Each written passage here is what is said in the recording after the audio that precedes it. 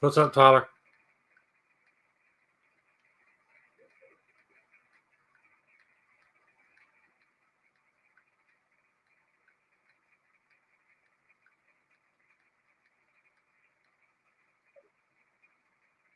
And we're back.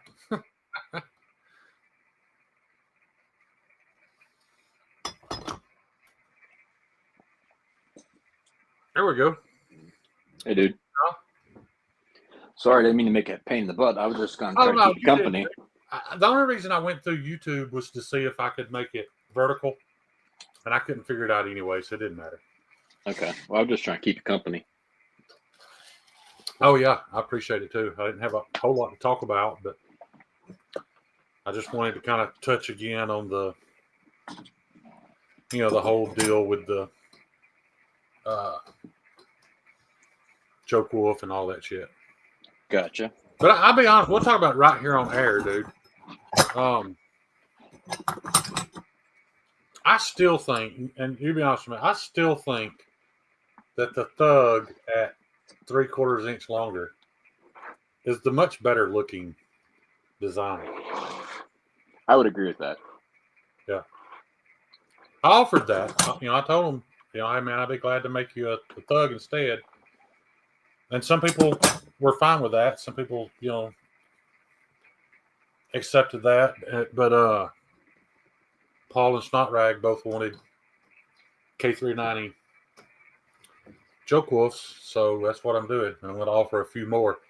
I really think this is going to be the end of that, though. I think these 6, it's going to be these 6 and done, and I'll move on to something else. You look like you might be. Are you turned sideways? It's the camera orientation of this. Okay. I'm trying to set up my iPad here so I can see the chat too, but I will. Let me see if I can arrange it for you. I mean, I don't guess it matters. I don't know what you're planning on doing. Nothing. I was planning on chit-chatting with you. That'll work. Let me see if I can. Because that's your TS Prof I'm looking at, right? Yeah, let me see if I can't arrange this better. Yeah, that's slightly less annoying, to be honest. Just to be completely honest. All right. Sorry about that. Yeah. Todd, I'm glad you said that. I'm not normally a small fixed play guy either, but one thing I really like about this is just with this slight size difference. You can see that I'm all 4 fingers on this knife, and I've got about PM2 length blade sticking out. Of course, I mean, there'll be a sharpening tool, so you'll lose a 1/4 inch or so with this, but I agree. I love big knives, but yeah, I like this design a whole lot better. And, and don't get me wrong, guys. These aren't done. I mean, there's still some cleanup and shaping that I still need to do. But Brian has told me it's not necessary, but I usually tend to leave a little excess when I send it off to heat treat. I don't know why. It's just in my mind, I think about stuff like these fine tips, getting so much harder than the rest of the knife. My point is, I usually leave a little bit that I can grind away. Yeah, I'm sorry, that I can grind away and do away with. That makes sense. Yeah, and it may not be true, but it makes me feel better to know that I didn't leave it. I don't have a burnt tip or something like that. So, yeah, sometimes I regret showing things like that in this state because they're not done by far. But yeah, I just wanted to show what I had to offer and put those 3 Joke Wolves out there in K390 if somebody wants to purchase them. So one are Snot Rag and Paul Mills own 2 of them. The third is going to Aiden. He's already paid. He paid, and his knife. I'll be honest. I probably could sell that knife. I just don't. I don't want to. I don't want to do that and regret it later. So yeah, I mean, it's whatever you're comfortable with, but you're always going to be progressing, so you're always going to be getting better, and that's right. That's the downside of being okay with the fact that you are a maker and you are going to get better. Yeah. I mean, But the ones I that you're would happy love with to. now won't be great in a year. You know what I mean? Exactly. I'd love to put these out there with somebody. I mean, we're gonna have Brian heat treat them. They're gonna be full, complete knives. I don't have a name for it. Like I said, this was just there was the result of walking up to the grinder and just grinding and see what happened. What came out of it. That's what these two knives are. But I'm telling you, man, this one's. Well, let's check it with Dave's because I think it's probably close to a foot. Well, okay, so it's probably 10 inches. Yeah, that's a big boy. Yeah, it's a big knife. Yeah. Kyle's attitude never improved. Not as long as I have to keep dealing with Frenchies like Mir. Or share if you want one of them, man. Just let me know. Like I said, that's not a model or anything. It's nothing I'm going to make a batch of. They'll be one off. So when they're gone, they're gone.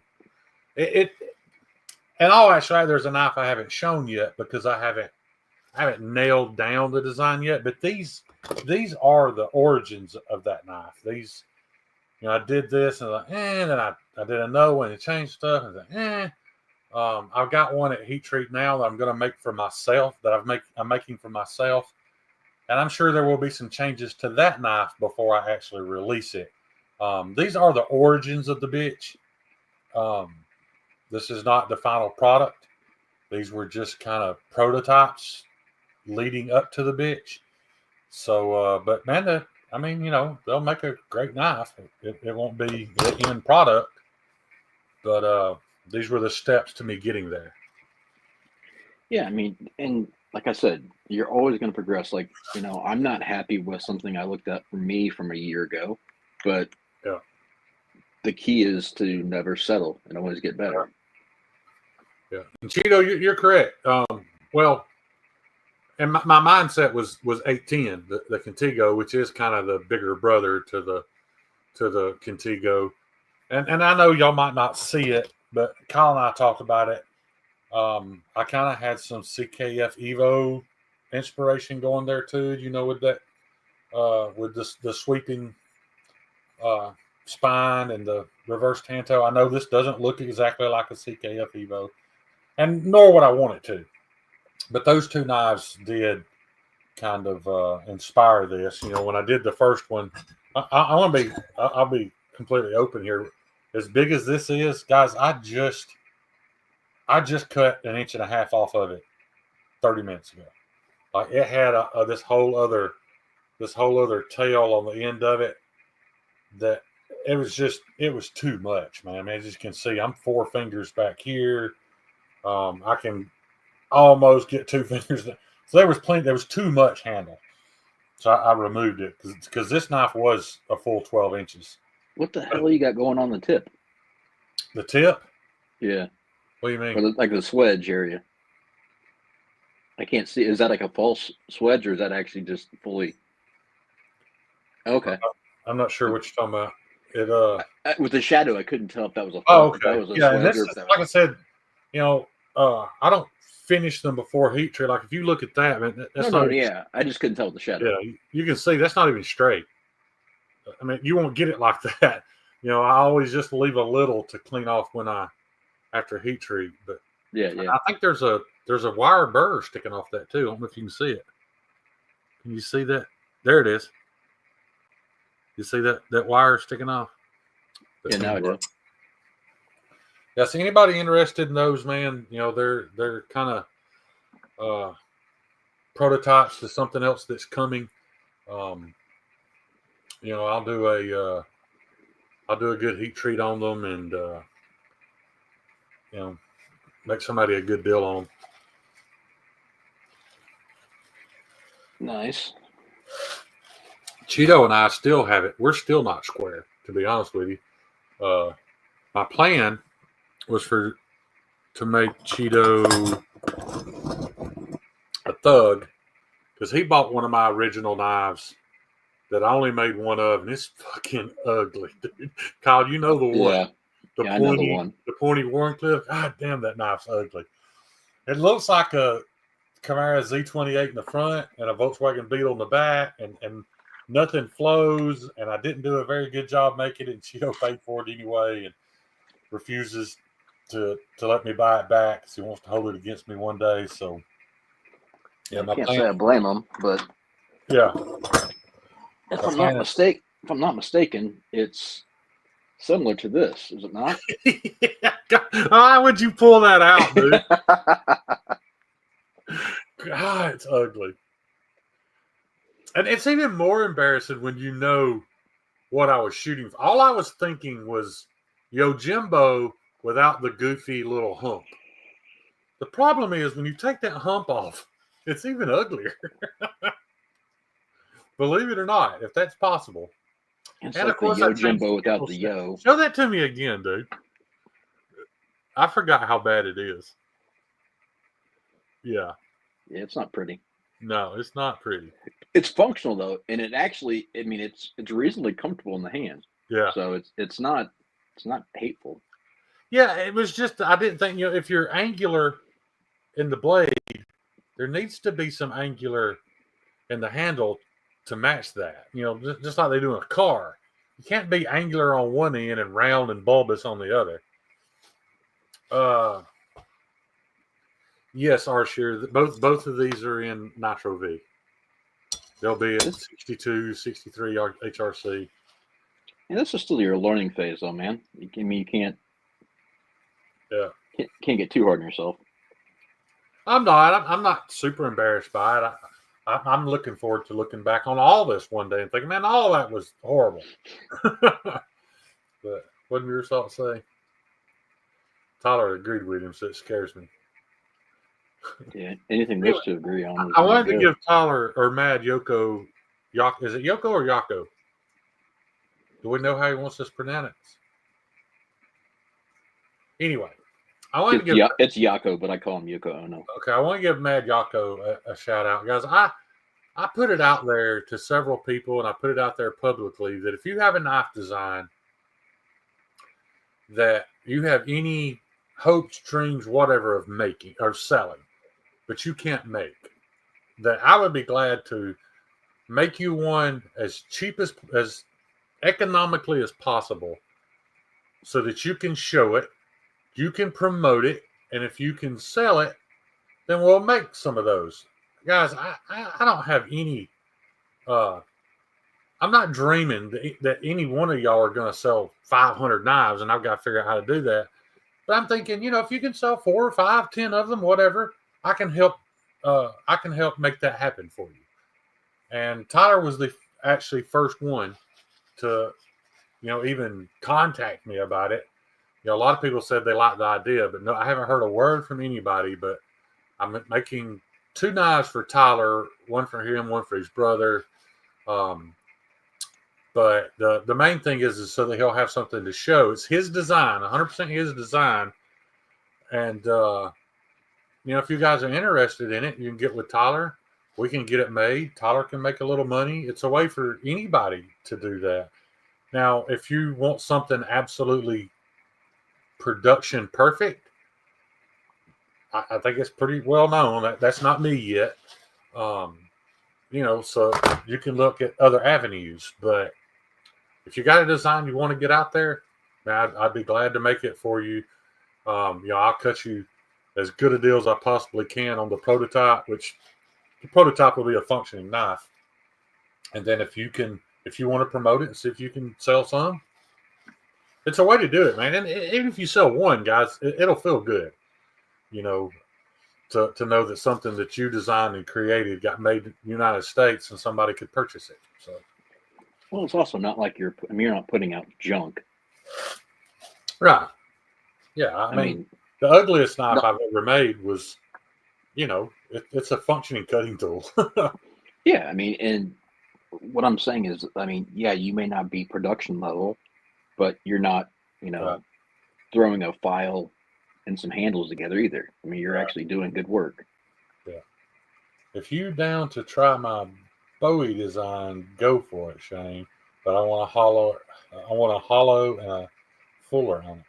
Cheeto, we might be able to make that happen. I happen to have access to somebody that does some sweet ass hollow grinds, and that particular somebody also has access to a mill that could do a fuller on it.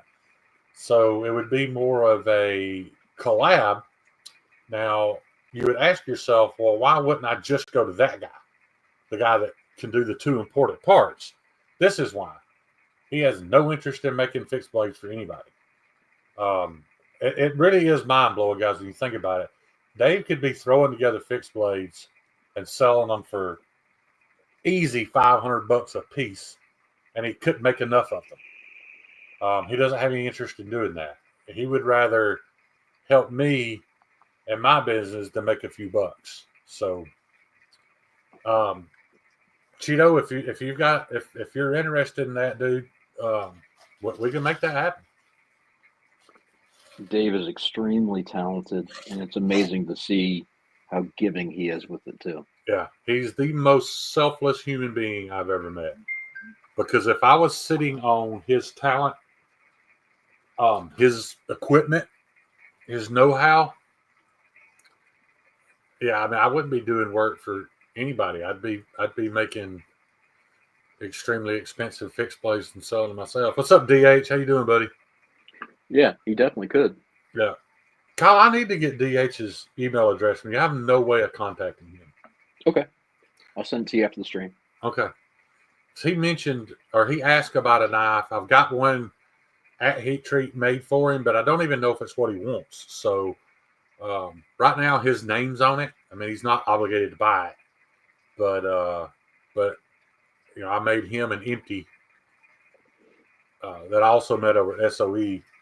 I made them the same knife, so I've been saying Sawtooth charges. He don't charge anything, Donnie. That's the problem. You have to fight with him to even reimburse him for his consumables. Yeah, when I got my last regrind from him, he wouldn't take payment. So what I ended up doing was, since I had his address, I just went ahead and ordered belts for him and sent him belts. Right. Well, I wish I had known that, because Stevie was wanting to do that. And I was trying to acquire that information. Anyway, it all went sideways. Yeah, we're back, Space Ghost. Guys, I'm not on anybody's time, am I? Because Stevie don't go live from the Honey Bucket till tomorrow night, correct? I think that's correct, yeah. Okay. I don't think anyone's on tonight. Okay. I wanted to make sure. I didn't want to. When I'm doing the lives from the shop, I don't really care. And it probably doesn't matter anymore at this point because there's so many people going live. Yeah, but I still don't want to be. Yeah, I don't want to go live when, especially people I care about are going live, Yeah, but if you cared about them, you'd know they're live. So that's true. I didn't think about it that way. Well, earlier I wasn't sure if Maddie was done yet or not, because Maddie goes, yeah. But they have the option too, though. They can watch it or they can go to the other one. It is so weird, dude, that how YouTube treats Mattisfaction on my algorithm. It don't matter how many times I have unsubbed and resubbed and followed and liked and commented, it never ever gives me any notifications for Mattisfaction. And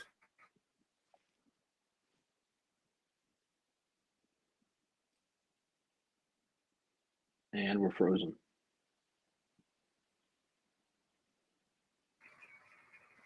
You back? Yeah.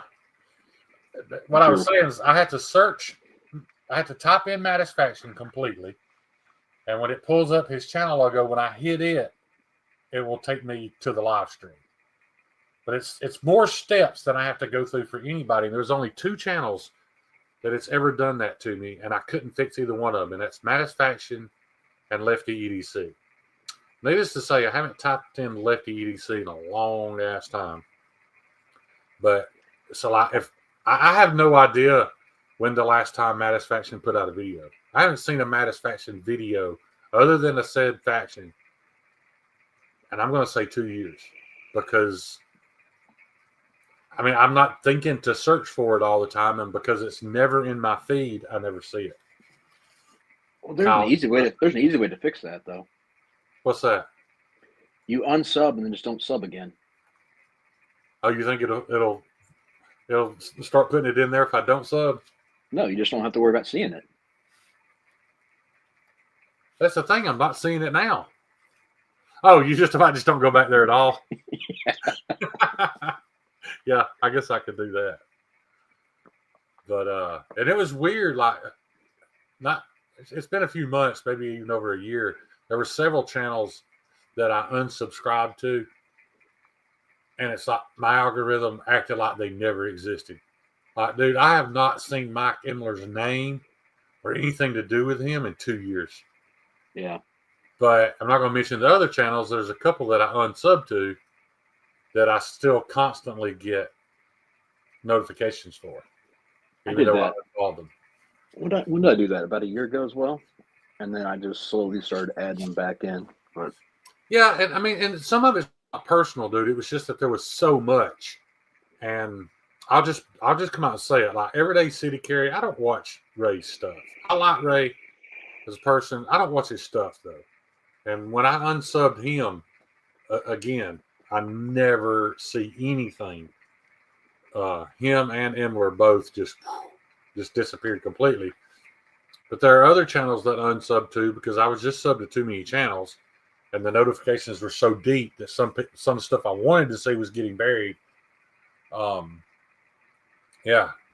I had this conversation earlier with somebody, and I don't know if it's just timing or what, but I'm to the point where I'm kind of over knives. I'm bored with them, and I don't seek content.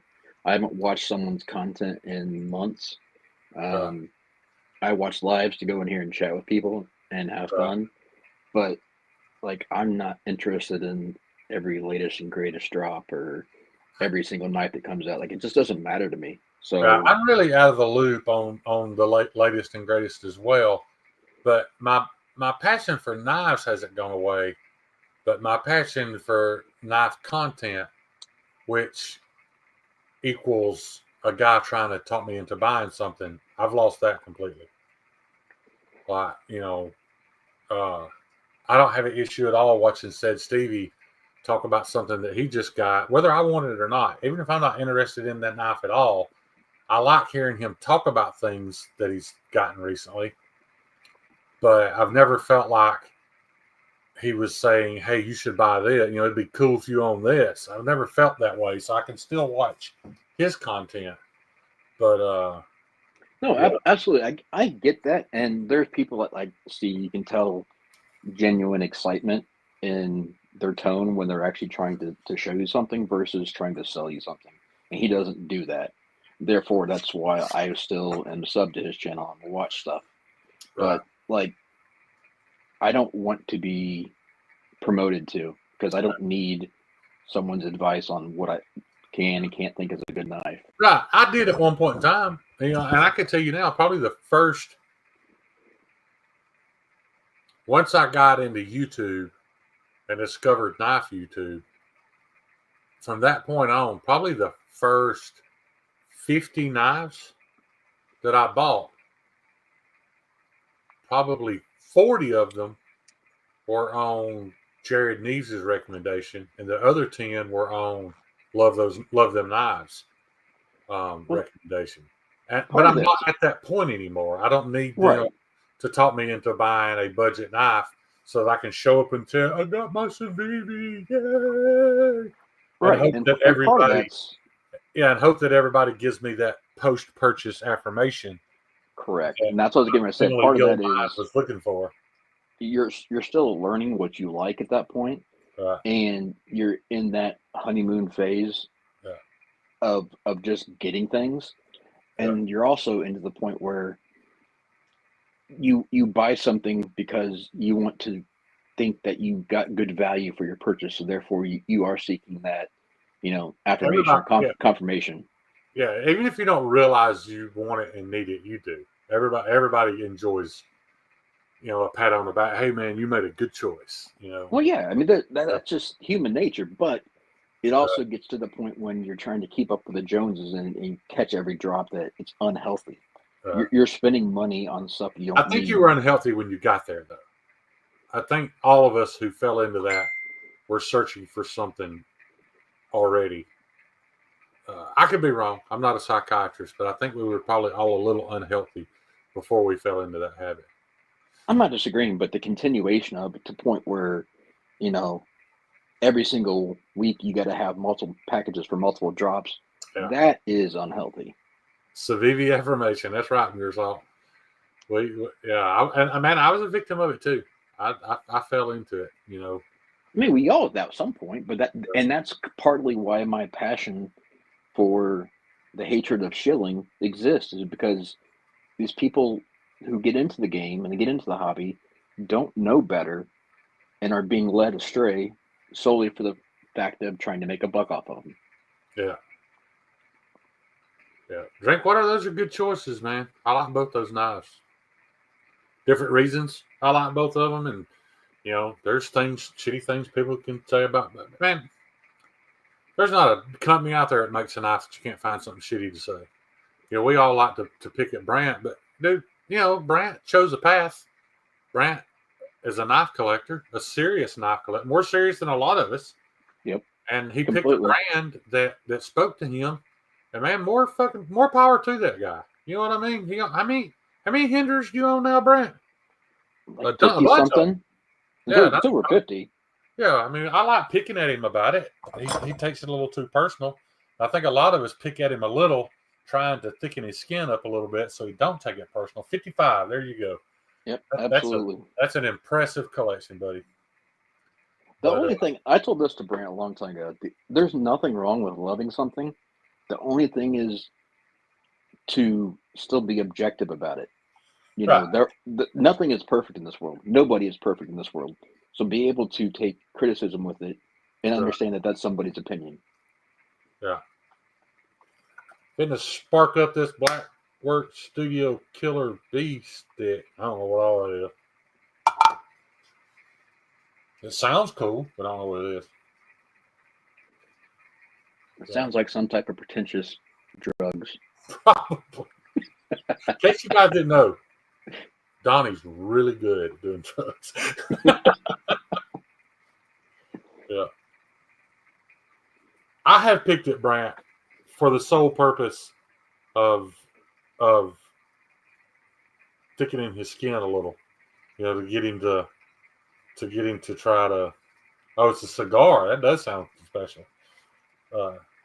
Yeah, you know, don't let people hurt his feelings picking at him about his favorite knife. You know, hey man, you know what? On the same page, I find myself getting defensive when people shit talk Spydercos. That's my favorite folder. So, but yeah, there's nothing wrong with giving someone a good joke or a ribbing, but when you take it too far and you're abusing someone over it, it's not cool. But and when you start making things too, you kind of start to understand it a little more. Like, this might not be kosher, but I want to read you guys something. I typically don't do this without asking permission, but I really don't think you will mind. This is a message I got from Jeffrey Dawson after receiving M4 Goon that I sold him. And if you're on the fence about buying a knife from me, this is pretty revealing. It should let you know what you can expect. If you were worried about what he was going to say, you didn't have to dox him. You could have just said, someone said this. Oh, well. I don't understand doxing. I don't So this is what Jeffrey Dawson sent me after I sent his knife. And it's the greatest thing I've ever could have read. It says, knife arrived today, and I got to say I'm impressed. You've not been doing this too long, and you've got room to grow and improve, but this is a damn solid knife.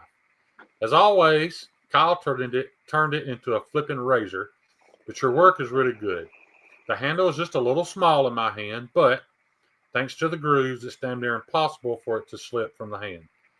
The height of the handle makes it comfortable, though, especially if I switch to more of a pinch grip.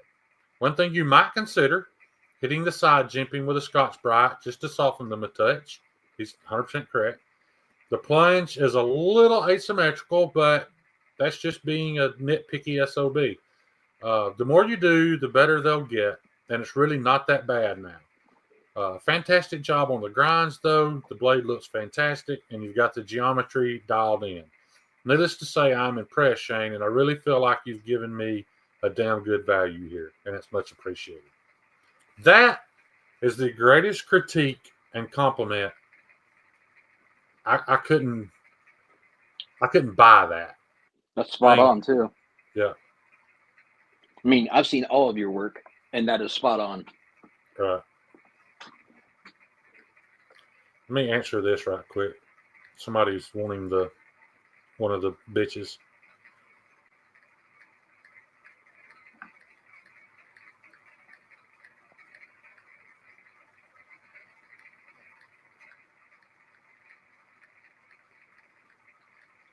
Anyone seen Snow Trog? Was he in here tonight? I haven't seen Snot Rag. I haven't talked to him much lately. Damn, Cheeto. Damn, dude.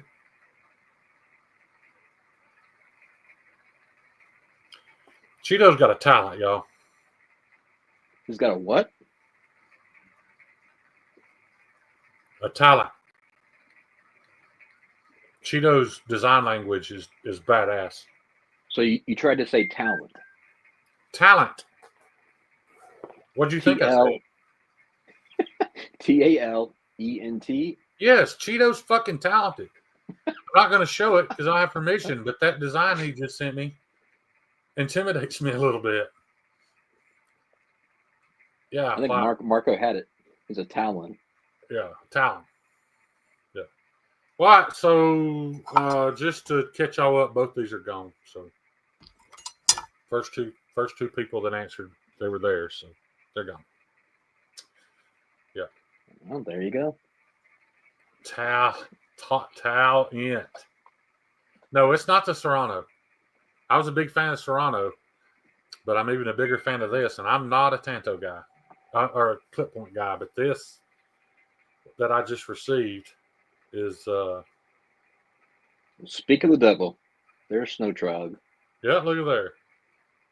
You let me know if I can show it, Cheeto. I'm not showing this without your permission, but fuck, dude.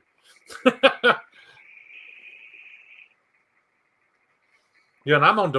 You guys don't go into Marco a lot. I'm there almost every Thursday, and we've got this running joke. He knows I hate Bowies and clip points. It's not that I hate clip points.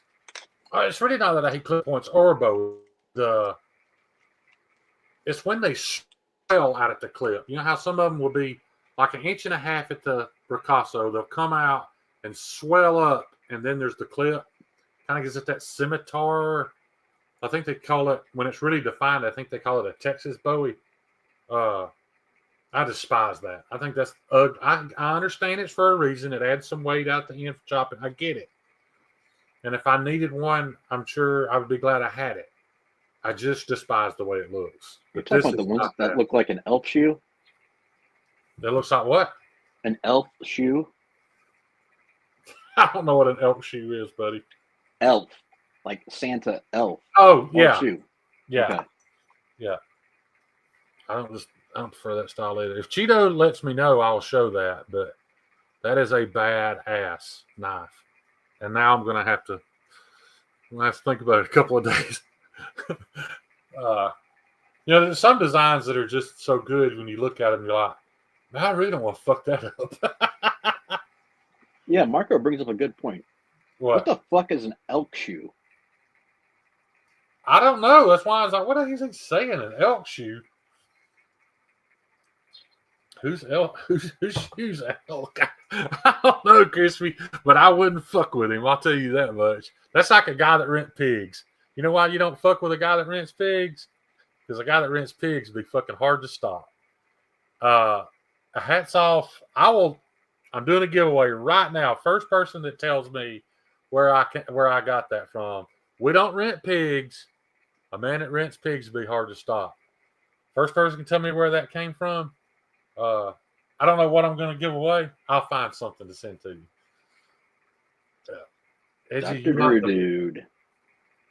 The Bolo design.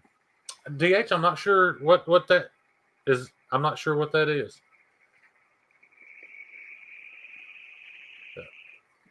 if Cheeto would ever answer whether or not I can show this picture, if you don't want it shown, I won't. I promise. But if it's okay, I will. And I'm not trying to talk you into it. Oh, I got something else cool to show y'all tonight, man. I almost forgot about this. I was going to do a video on this anyway. Kyle, keep an eye on the chat. If Cheeto answers, let me know. I will. He's been silent. He's been silent ever since. Just bought a Gale Bradley nightstick dagger off Blade Beans for a cool 125. Not bad for a 3. No shit. That is, yeah. My only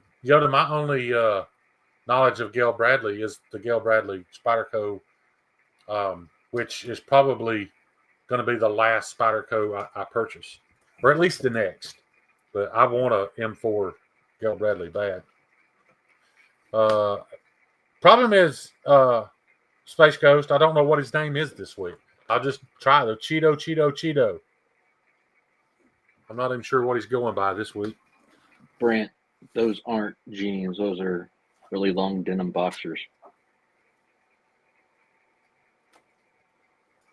Denim boxers? Did you say denim boxers? I was just trying to make him feel awkward. Oh, okay.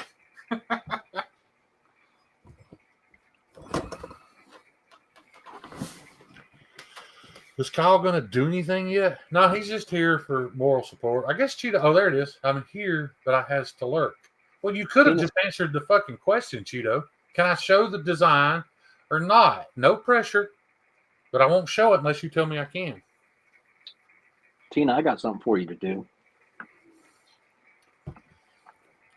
I heard somebody told me that Kyle's a trifling ass hoe. I don't know who it was. Probably from that fake ass pirate. I had DH, I'm really curious though if you would oh, it's a big ass machete. The Bolo, yeah, okay. Now I know what you're talking about. The Bolo machete. Yeah, yes I do. There's a little Cheeto bit of said you can with making knives that big though at my level is there's not a whole lot of people with ovens deep enough to heat treat them. Cheeto said you can show it. All right.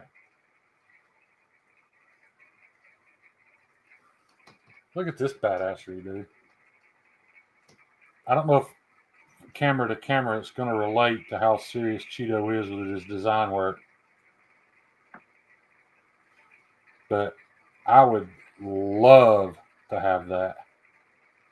Wow. You know what that tells me? What? That Cheeto invested in some graph paper. Yeah. Yeah. So you guys remember I did the giveaway. That looks good, though. Yes, it does. And I'm going to attempt it, Cheeto. And if I can't nail it, you won't pay for it. But I'd love to make that. I'm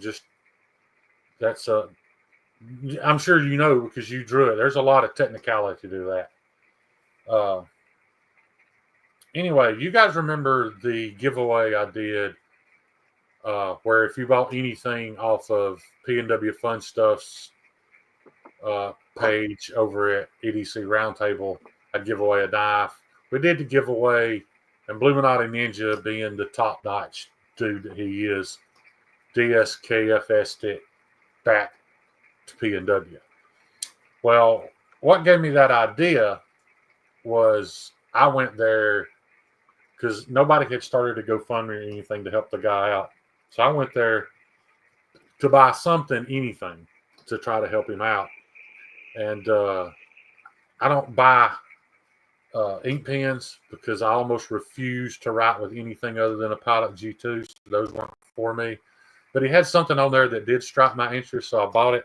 And I'll be honest, guys, in the picture wasn't very detailed, so I didn't really realize what I was getting. But it was P&W Fun Stuff's EDC baton. And I got it today. As you can see, you know, he burned in some places here to help give you some grip. A couple of nice ribs in it there. But what I wasn't expecting was the artwork that comes on it. And I, more than anything, want to artfully bust a motherfucker in his head with this thing because I love it. It's probably, used. I don't know how to tell you.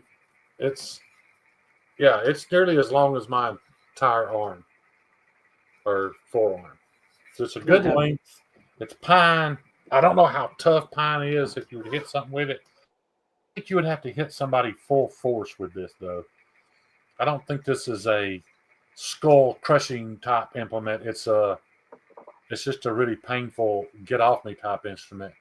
And before any of you start thinking it, I do not recommend taking this to the strip club with you. They may take this away from you. It's a home wrecker right here, boy.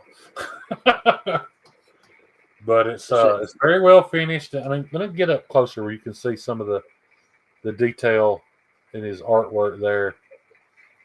And these aren't lines, guys. If you notice, those are individually burnt little dots. Just thousands of them that make these. Anyway, PNW Fun Stuff. I don't think you're in here, but dude, awesome job.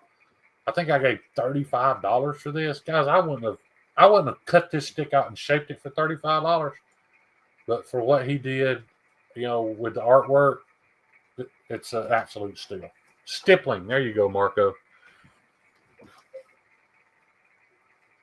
Shane, I think what the people were really curious about was with your specialized pens you really like, you write in all caps? I'm old, dude. I write in cursive. So I literally had to write something here a while back in print and forgot how to write some of the lowercase letters because in print I do write. And you can ask Crispy Critter why I write in all caps. Did anybody answer my trivia question? Yes. Who did?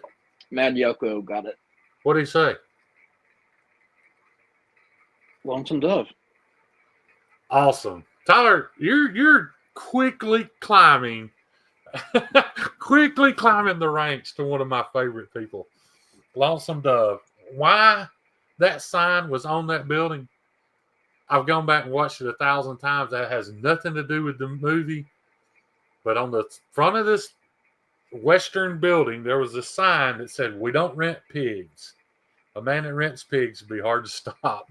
And I've loved it. Me and my buddy Big Chap. Big Chap had a T-shirt made with it on it. So there you go, Tyler. You will be receiving. I'll get your address. I'll send you something cool for answering that, man. That's good movie. Very good movie. Yeah. I haven't watched it in so long, I don't remember anything about it other than that sign. But what was weird was when Chappell, he didn't have the shirt made. He found it and was amazed that somebody had a shirt made with that on it. But on the back of the shirt, and I don't know if this was in the movie or not, but in big letters it said "Say When." That sounds like something that would appear in a Western. But we were at a club one night, and there was a guy there. So the guy that owned the club we were friends with, and he invited me and Chap. He invited us all the time. He never charged us to cover because he was too cheap to hire security. So every time there was a fight or something go on, he would sick me and Big Chap on them to stop it or fight them, whatever we had to do. And this particular night, it was a all-black bikers club. And it was one of the funnest parties I've ever attended, man. Them dudes were awesome, man. And one of the guys that showed up was here all the way from Baltimore. I apologize, I don't remember his name, but he had just retired. He spent nearly his entire career as a linebacker for the Baltimore Ravens. And another buddy of ours showed up who is not mine in Big Chap size. He's probably 155 pounds. And he was drunk. We were all out on the sidewalk. And Brandon, that's this guy's name, was getting really cocky with Chap. Now, they've known each other since they were kids. He was not trying to fight. He was just playing. And those bikers we had hung out with them all night, and they had already gotten kind of attached. And that linebacker for the Ravens he thought Brandon was trying to fight Chap, and he snatched him up with one hand, dude, held him up there and shook him. It was funny as hell. But Brandon was standing because the back of Chap's shirt said "Say win." Brandon was standing there screaming, "Say win, motherfucker! Say win, mother!" So that that Ravens linebacker snatched him up and shook him a little bit. And then I was like, "Whoa, whoa, whoa! Don't kill him! Don't kill him!" Yeah, pretty well deserved though. Yeah, "Say win" is from Tombstone. Yeah.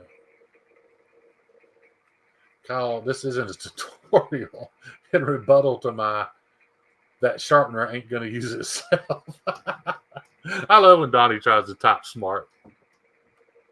Let me act all educated. Oh, shit. Say win from Tombstone. I don't remember Say win at Tombstone. It may have been in there. Thank you, Crispy. Comment of the night right there. Y'all remember why Crispy's posted that? Because everybody wants to walk around. Actually. Right. Everybody wants to walk around. It wasn't Ray Lewis, Marco. He was best friends with Ray Lewis. Everybody wants to walk around saying, "I'm your Huckleberry," and that is not what Doc Holliday said. He said, "I'm your Huckleberry." Because a huckle is the handle on the side of a casket. A hucklebearer is a pallbearer. It's the man that puts you in the hole. So that's which makes it even more badass, because Doc Holliday was telling Johnny Ringo, "I'll put you in the ground, bitch." Oh, look, it's old Dick and Balls. Is Dick and Balls in here? Dick and Balls wasn't here. Ban him. Well, I already did Marty. So okay. That's why he's here. Yeah. Where the white women at? Where's that from, Lord Shear? Where the white women? I've heard that. It seems like. Shane tried. You don't remember that? They all filled up with you. You're a proper opponent. There he goes again. And Donnie's complaining about us being behind? Yeah. Now, Tyler, are you sure you want to do that plus the other two knives? Do you need me to space those out? What? We'll talk about it later, dude. We don't need no stinking badges. I still say the baddest movie quote or movie lines of all time. I'm sure you could remind me of some that may top it, but the first one that comes to my mind will always be the Ben Affleck walking in the room and telling Jeremy Renner, "I need your help. We got to go do some stuff. We're going to hurt some people." And Jeremy Renner calmly looks up and says, "Which car we take?"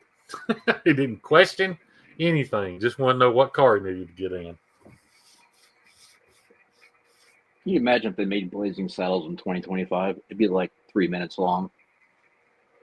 Nah, I think we could do it now. They cut everything out of that. No, I think we could release it right now. I mean, it'd still piss everybody off. But well, I'm not saying that. I'm saying if they tried to actually make it in Hollywood the way that things are now, yeah, it would be so edited you wouldn't be able to. But it's a classic. Haywood. Don't. I know what it says, dude. I was just messing with him. I know how you fucking read. Oh, I am. Yeah, and I'm gullible too, dude. I thought that was funny as shit. I was an instant fan of that guy that he tricked me into saying that. I'd legit never heard it. He didn't trick you because I saved you, and then your own dumbass came back. My curiosity of why you removed the comment was what. If you hadn't removed it, I'd have never said a word. But you removed it, and I was like, "What is so bad that Kyle would remove it?" You set me up. You probably knew I'd read it. No. Cancel culture died. It's not dead. It's not rag. They're still going to attempt it. But, I mean, we've already seen so many people that they tried to cancel, and it just didn't work. It just didn't matter. Alex Jones was probably the worst recipient of all that. Regardless of what you think of Alex Jones, they did actually affect him severely financially. But, I mean, Tony Hinchcliffe. They've tried it with so many people, and if you don't give a shit, it don't matter. But there's plenty of. I'm sure they're still going to try. It just doesn't have any power anymore. Stu Read that one. Stupid ass. What is a cuck? Well, we're not going to talk about that on my live stream. Guys, I'm still like 600 something hours from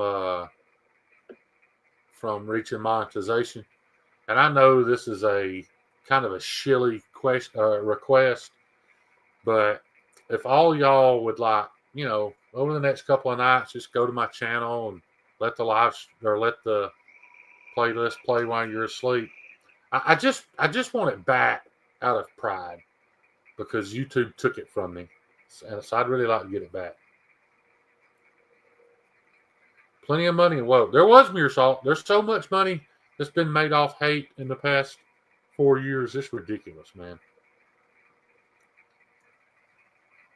Shane, we have talked about, no, Donnie, you've talked about pissing on hookers live. I did not. That's different.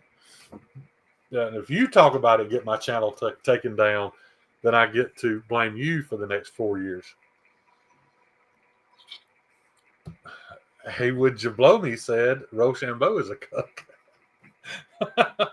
Hey, who's this Haywood guy? I'm not saying that Rochambeau is a cuck. That's a bit much. I don't know him personally. I have to really know somebody before I can hate them. And I don't hate him. He's just doing what a lot of people have done. The majority of still information you hear online is regurgitated from where the majority of my information is from research. I don't try to act like I know more than everybody else. I think that might be a mistake.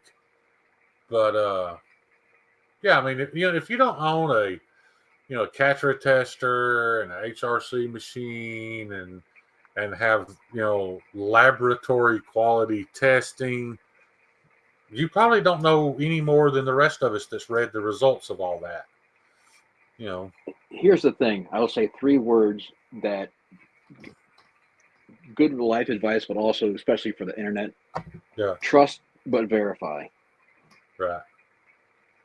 Everyone says has their own opinion, but it doesn't necessarily mean it's accurate.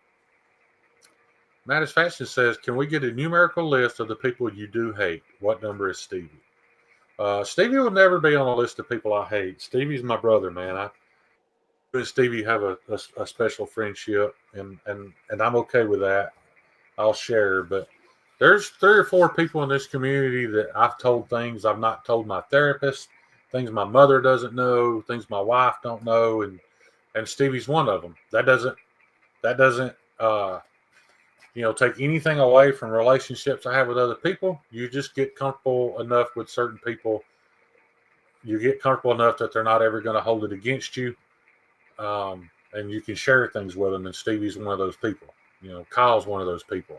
Those are just relationships that they don't happen instantly. You have to work towards that. My therapist also said, "What the fuck?" when I told her about what you told me. I'm sure. Dude, my therapist has begged me to come back. And I don't think it's because she wants to help me. She just wants to hear more. Your therapist needs a therapist. Yeah.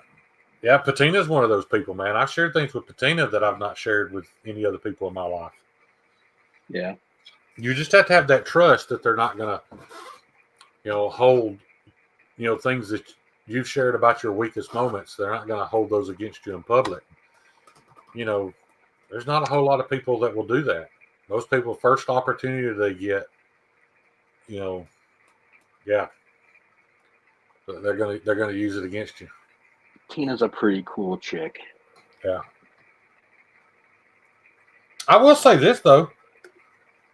I gained that, or I got to that point with Patina very quickly. It was probably even a little awkward for him, I imagine. Like it was the closest to instantaneous I've ever been with trusting somebody enough to tell them things that I told him, and without even say negative things, there were things that I shared with Bettina that after I shared them, I was ashamed of and actual felt real conviction about them because I knew he didn't approve. He didn't say anything hateful. He might not even said he didn't approve, but I could feel it and it affected me. So, yeah, there's some guys in this community, man, that you know, I I love as much as my own blood brother, and have shared more with them than I ever would him. So, It took us a little while to warm to each other.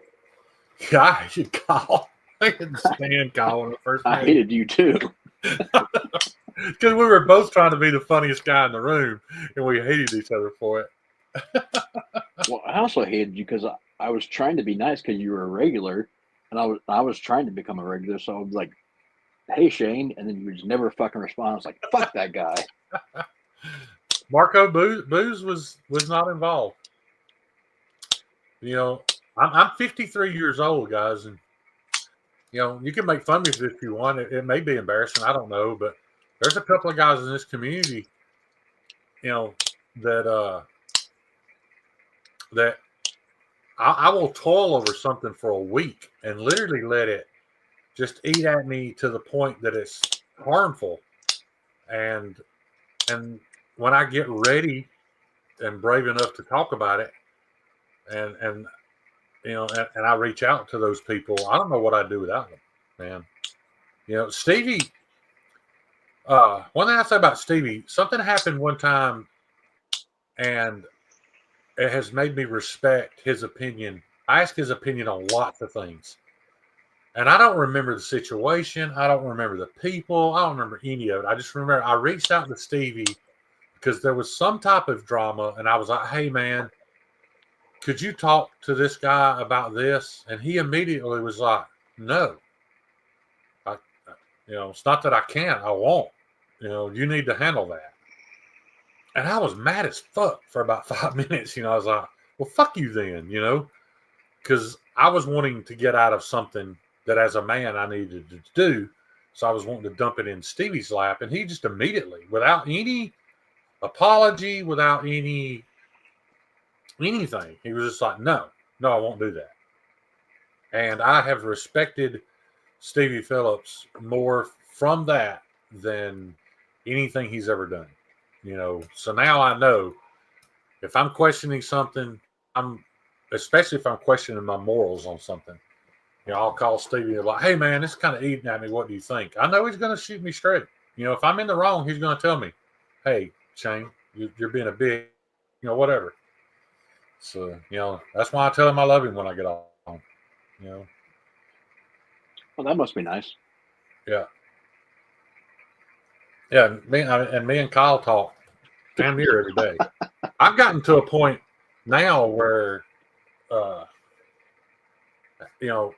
2 days, especially if 3 days goes by and I haven't talked to Kyle, I start to feel bad. I'm like, man, I got to call Kyle. Yeah. Me and Stevie don't talk every day, but just different friendships and different, they work different ways. I think Stevie avoids my phone calls. He tries to keep me at about once every 2 weeks because he knows it's going to be 2.5 hours. So. Yeah, you definitely are a chatter, but so are we both. So yeah.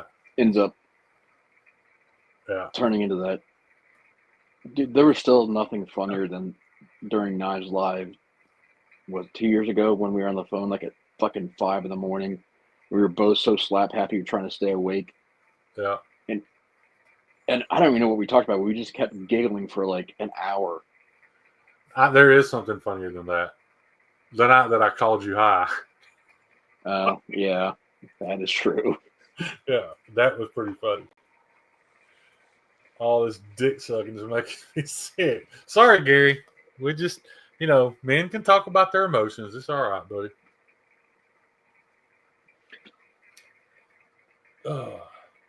I think it's awesome, though. How healthy and fulfilling this community can be. But at the exact same time, I've also noticed that sometimes getting this close with people has a negative effect. There's been people that I really liked and then started to kind of get to know them on a personal level. I was like, not so much. Some people, some relationships, it's just best to keep them cordial and slightly at a distance. Yeah. Yeah. God, Gary knows we all love him and he hates it. It's okay. Well, you love him. I do love Gary. Speak for yourself. Yeah. Gary hated me and never had a kind thing to say to me. And for 6 months, all I concentrated on was making Gary my friend. I really wanted Gary to be my friend. But I remember that. Gary still hates me, and that's okay. Yeah. He's funnier when he hates you, actually. And to be fair, I have said some pretty shitty things about him. You have. You said some shit about Gary's foot and hurt my feelings. Yeah. Matter of fact, and that's because you can't formulate sentences. Marty is still trying to get in with Gary. I don't pick on people who can't take it, though. Yeah. All this thing needs is a little patch of friction on the tip, not being so fine, and it would double as a back scratcher because it's legit finished too nicely to scratch with it. You can't get any scratch action out of it. Do we need an EDC baton, guys? Probably not, man. Is it going to go in the door panel of my truck? It absolutely is. But, once again, it's a guy in the community making some things. Whether you need it or not, if you got a few extra bucks, it's well worth supporting P&W, man. You can tell he puts a lot of time and a lot of passion into his art. So hats off to that guy. Be a pretty good crackhead slapper. Yeah. Oh, yeah. Yeah, like I said, I don't think it's heavy enough that you'd permanently injure. I mean, you could. But I just see this as more of a getting a road rager back in his truck type thing without having to fucking kill him. It's just a get off me tool. DH, you're right. This community has some incredible emojis or names. Pretty Fly for a Knife Guy is one of the better ones. Acid Test Kids. These people have come up with some awesome names. Patina Turner is a great one. Yeah, Crispy Critter. Bless, I like Rocky Patel's. Oh, y'all talking about cigars again. I went to the Bahamas and I bought, I don't know if it was real cute. I probably got scammed. I don't know, but I bought a big expensive cigar and I set up on the deck of the cruise ship in the smoking area and puffed. I enjoyed the experience of smoking that cigar. It was very calming. I enjoyed the experience more than I did the cigar. So, yeah. Did you get the little braids in your hair when you went to the Bahamas? My daughter did. Let me tell you the scam that is. Oh, I know. They tell you $8. It's $8 per effing braid. Right. And they got 4 in the side of her head. So they got done and told me $32. And I was like, you told me 8. Yeah. 8. Oh, fuck.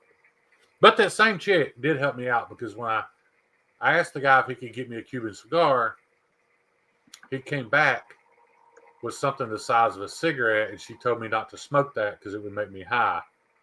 And she chewed him out and took me to somebody else to find a good cigar. I don't know if it was Cuban or not. I think I paid like $20 for it. It's probably garbage, but yeah. Yeah, you're not getting a Cuban for 20. Yeah, it made for a good Instagram picture. Picture of me smoking that cigar. Yeah. With that Rick Ross, I'm the motherfucking boss quote. Yeah. That's the greatest entrance to any rap song ever. Is that Rick Ross. 745 white on white, that's fucking Ross. Yeah. My buddy was but I've heard he's a piece of shit. My buddy was a sound guy. He used to do like rap videos, MTV stuff, and stuff for TV shows. And he was in Atlanta filming one of Rick Ross's videos, and he said one night he took him out after the shoot, and they went to go smoke. He goes, whatever he gave me, he goes, it was so bad I couldn't stand up. He goes, I was walking like I was just a newborn. He goes, it was stupid. He goes, I've never had anything that strong. See, though, I did not listen to the Beach Boys on the way down, but just so that you know, much of my childhood was spent listening to the Beach Boys. I grew up across the street from Gladden Body Shop, and Ricky Gladden was very famous in this town for building those street rods, those 32 Ford sedans, no fenders, no hoods, chromed motors, all that stuff. So nearly my whole childhood was spent around that and wanting to be him and helping him work on those cars. And the soundtrack to that was always either the Beach Boys or some Motown, some Otis Redding, Sam Cooke. So I've listened to a lot of Beach Boys back in my day. Yeah. Hush, Kyle, you don't have real life friends. I replied to him. Yeah. Did you block him? No, I just replied to him in chat. Oh, yeah. Gary, but I have 2 healthy feet, fucker. That's horrible, Kyle. So do I. The wound is closed. That's good to hear, Gary. That scared shit out of me, man. And I know you won't talk about it because you already called us pussies for talking about our feelings, but trust me, I know what something like that does to your psyche. It's not just about your physical health, but yeah, I know what that does to you. So I'm glad you got through it. Don't need feet for golf. Well, Mearsalt, that's because golf's not a sport. Golf is a small man to pick on afflicted. Fuck you both. How about that? Yeah. I'm so kind of mad about that because I sent Kyle one meme of something making fun of golf, and now my Instagram feed is constantly funny golf shit. So it kind of backfired on me that I was fucking with him, and now I can't get rid of it. It's kind of like the half naked chicks in my search bar on Instagram. I'm sure I searched for a couple of chicks here and there at some point in time. And now when I go to Instagram and I hit search, as soon as I hit search, it's actually it's better today than most of the time, but it's there's always some half naked chicks bouncing around, whatever. Even if you don't continue to search for it, it continues to show up. But Scott Wright Shankin, I'm pretty good with math, actually, Donnie. I'm pretty good with math in my head to a certain point. But math was always one of my strong points. Yeah, Shane's like Rain Man. You got 413 toothpicks, definitely. Yeah, I think the only 3 people I shared the extent of my OCD with is Kyle,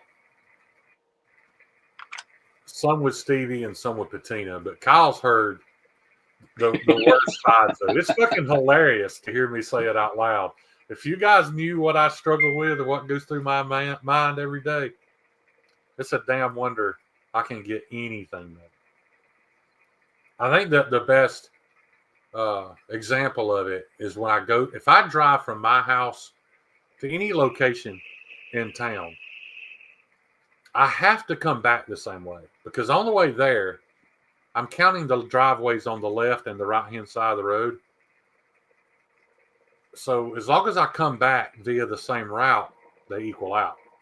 Because on the way there might have been 172 driveways on the left and 112 on the right. Well, on the way home, it will be the opposite, so it equals all that out. I can literally be driving down the interstate. You know how it's white line, reflector, white line, no reflector, white line, reflector, white line, no reflector. I don't know who the piece of shit is that works at DOT that every now and then fucks that up and either puts a reflector where it's not supposed to be or doesn't put a reflector where it is supposed to be. But that shit will ruin my day. What if they're signaling to you in Morse code? Maybe it is. I don't know Morse code, so I don't know, but it fucking drives me nuts. I used to wonder in California, I used to notice that there were these big white stripes across the interstate.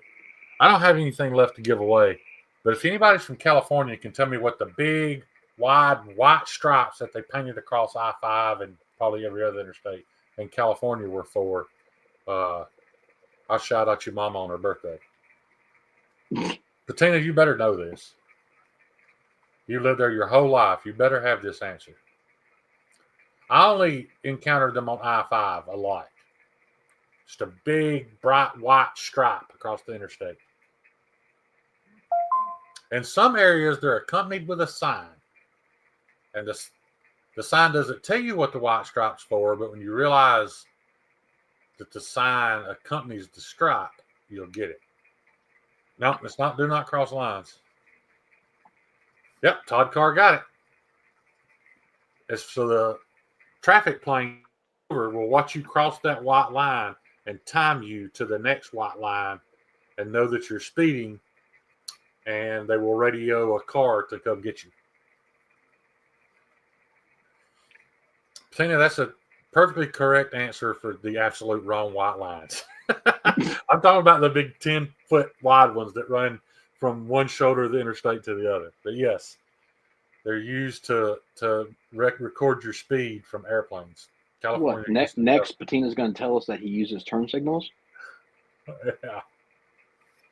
Because when I was in California, I don't know if it's that way now. When I was out there, though, radar was still illegal.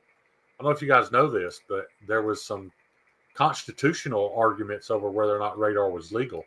And they couldn't use radar when I was out there. So when I got caught on I 5 running 130, I asked the guy how he knew exactly how fast I was going. Wait, you were running? I was driving 100. I was in a Mitsubishi Turbo. Okay. And the state trooper was in a blacked out Mustang GT that had a small brush guard and tiny little letters under the window that said California Highway Patrol. The old notchback GTs. And so how did you know I was going 130? I wouldn't argue with him. We got along pretty well. He was cool. But I said, how'd you know how fast I was going? He said, well, I've been running 150 for 11 miles trying to catch up to you. He's like, but then when I caught up to you, I used the overhead speed lines. So when you crossed one line, I timed it till you got to the next one. He was kind enough to only write me the ticket for 85, which was still close, man, because back then the speed limit was 55. Yeah. I'm going to have to put this thing in my truck so I can stop tapping myself with it. I'm going to be sore in the morning. Y'all see bed feather knives? I have not, Tyler. I've not seen bed feather. It's Snow Trug. You still here? I got something to show off. I got something in this week.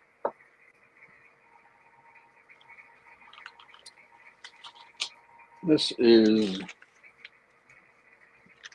the newest partnership that I have created with Poltava. They are a sharpening stone based out of the Ukraine. These are the brand new ones. These are the Silverline, and they just came out with these. I'm the first in the U.S. to have them. First in the U.S., y'all. Y'all can kiss Kyle Coonley's ass. He was the first. These are the new Silverline. They are CBN metallic vitrified bond diamond stones. Hey, look at the sparkle. That looks like it has a lot more diamond in it than the Veneve does. They are due. I mean, these are.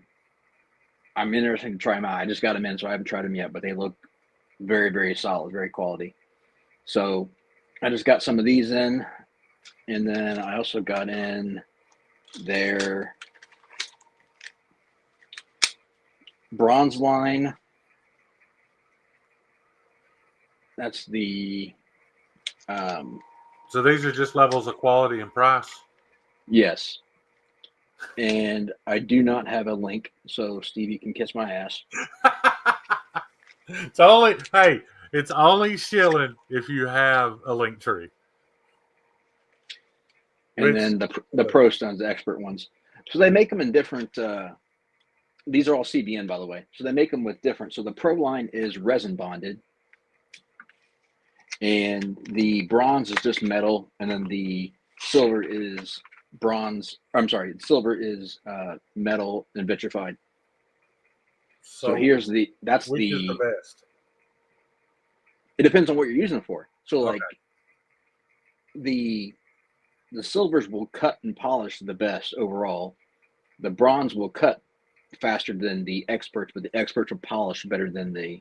Okay. So silver is the top of what I'll be honest, Kyle. My biggest complaint with my Veneve is I actually don't like the fact that the resin itself is polishing the bevel as it's removing steel. Like, I guess what I'm getting at is the polish, or at least the sheen, appears sooner than I want it to. So I think I would like to go to a CBN. I like a flatter gray looking bevel. Well, that's not necessarily the difference between diamond and CBN. So the resin bonded stones will polish better than pure diamond. Right. CBN is more durable than diamond. Right. But they actually, CBN actually polishes better than diamond. So that's one of the benefits. What I'm getting at is I don't want my 600 grit stone leaving that reflective light like my Veneve stones do.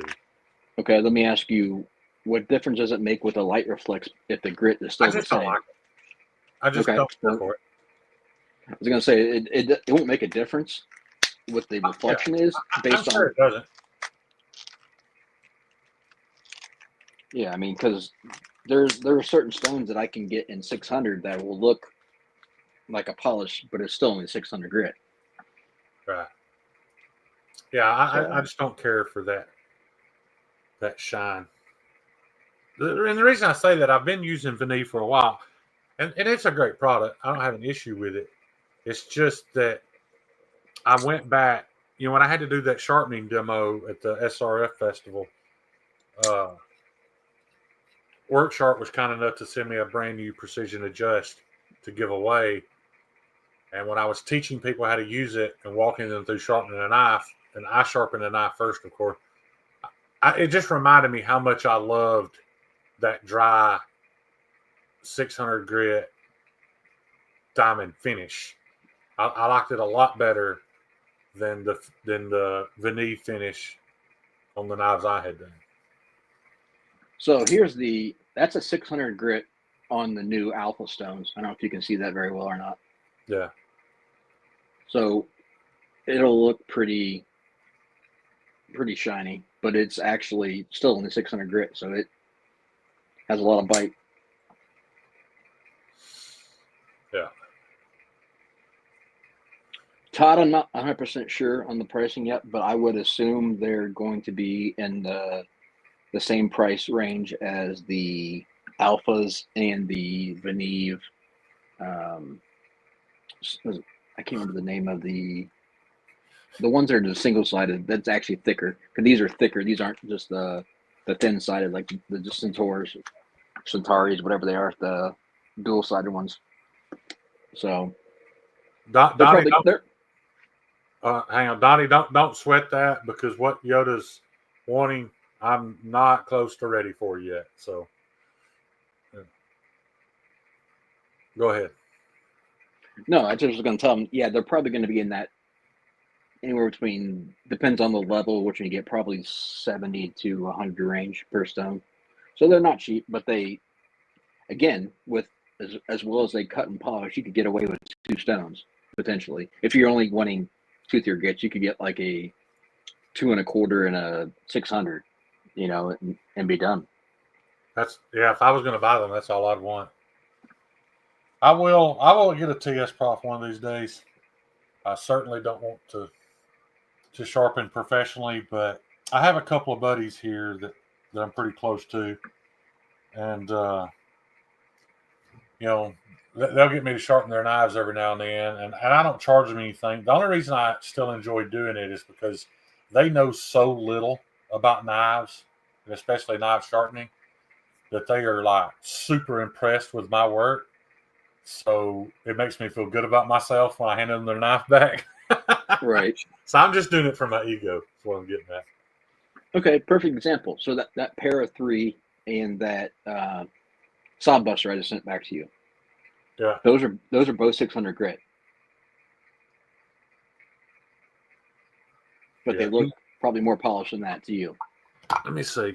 To be honest, the sod buster is so thin, or bull buster, that I don't know if I've looked at it with my glasses on, but I've barely even been able to see the fact that there's barely been able to see the edge bevel at all. Yeah, that does look. It looks more refined than 600 grit. That's the knife he's talking about, guys. I don't know if I can get the edge to show up. It's so, that bevel is so shallow. Out there at the tip, you can see it. There it is. Yep. What degree is that, Kyle? I have to look at my notes. I think that one was around 22 or so. That's 22. Yeah, I just try to keep it factory-ish. Yeah, it's very thin. Yeah. I don't think you need to lower it that much on a. What you think about that, Tina Turner? Huh? What you think about that? Look what I got. Tina would have some sharp knives if he ever get off his ass and send them to me. Yeah. I heard Tina got a new knife recently. I heard that too. I saw a picture of it. It sure is pretty. Kind of reminds me of those old bumper cars. Like glittery paint. I think that, or like an early 80s Montgomery Ward bass boat that had that flake in it that was like, the glitter was like the size of grains of rice, that big glitter flake.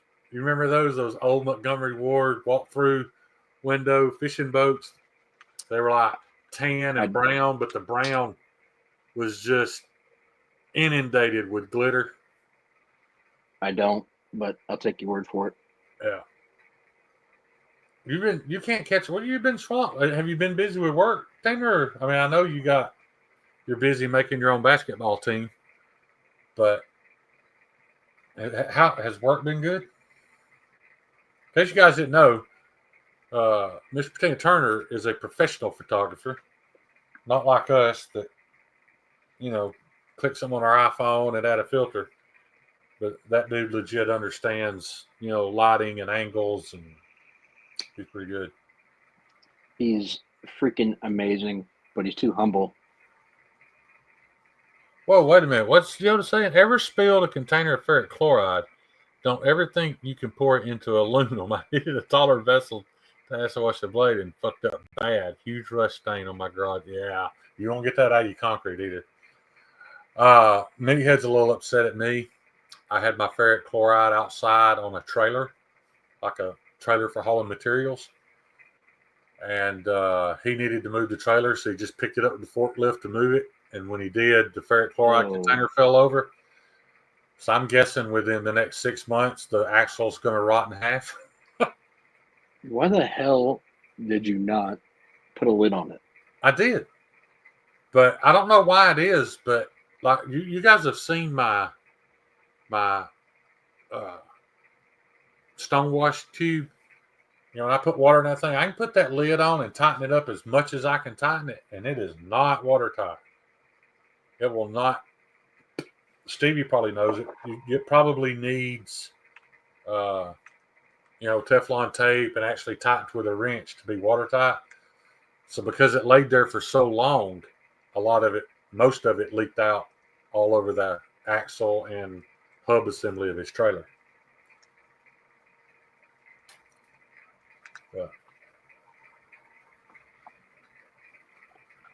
Yeah. Ron Crow, I agree with you there, buddy. I used to tell people I get a knife so sharp, if you look at it, your eyeball will bleed. Little did I know, I was getting them sharp, but I at that point I didn't realize there were levels to sharpness. Yeah, a lot of people don't know what sharp truly is. Yeah. Todd, I wasn't there. I wasn't there. I don't think he realized. I mean, he knew it was there. I told him where I kept it because I drew a big skull and crossbones on it. Because, I mean, his daughter's 12, but there's kids around there. So I drew a big skull and crossbones on it, told him where I had it. He was just in the middle of working and forgot. And, when he moved the trailer back and dropped it, it fell over and he backed up on the forklift, went back to work. So, yeah. Sounds like you need a chemical storage area. I went and bought 2 big bottles of Windex and came back to try to neutralize it. The water hose won't reach around there, but everything that even looked damp like it touched it, I sprayed down with ammonia. So we'll see.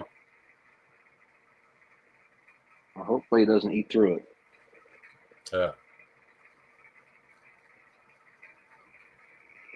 Yeah. I've tried things other than Fairy. What was it I tried here a while back? I did an acid wash with some Winks, which is also an acid, but they don't work. It worked. It was just not the same. It caused it to oxidize. It was just like a light gray, very flat, light gray color, and the finish wasn't durable at all. Like you could just take a Scotch-Brite pad and run across it one time, and it would ruin it. Not that an acid wash is extremely durable. I mean, you can rub any of it off with a Scotch-Brite pad, but it typically takes a little effort. That most recent one you had M4 that I had to acid wash turned out really, really good. That M4 is badass when you put it in some ferric chloride, man. God, it turns as black as that foam. I love it. Because that's the one that I was trying to get off the one area, so I ended up resanding it, and it turned out it was so even when it came out. It looked almost like DLC. Yeah, it looked great. I don't know, that spot, Kyle, had to be the result of some excess loose oxidization in the jimping, and when I oiled it, it came out of there and ended up on the blade, because that was not like that. But the reason I'm pretty sure of that is because I've seen it happen before. When I shipped it, it wasn't like that, but by the time you got it, it was. So yeah, it's just one of those lessons. Yeah, things happen, man. Oh yeah. I acid washed the liners and lock parts. Okay.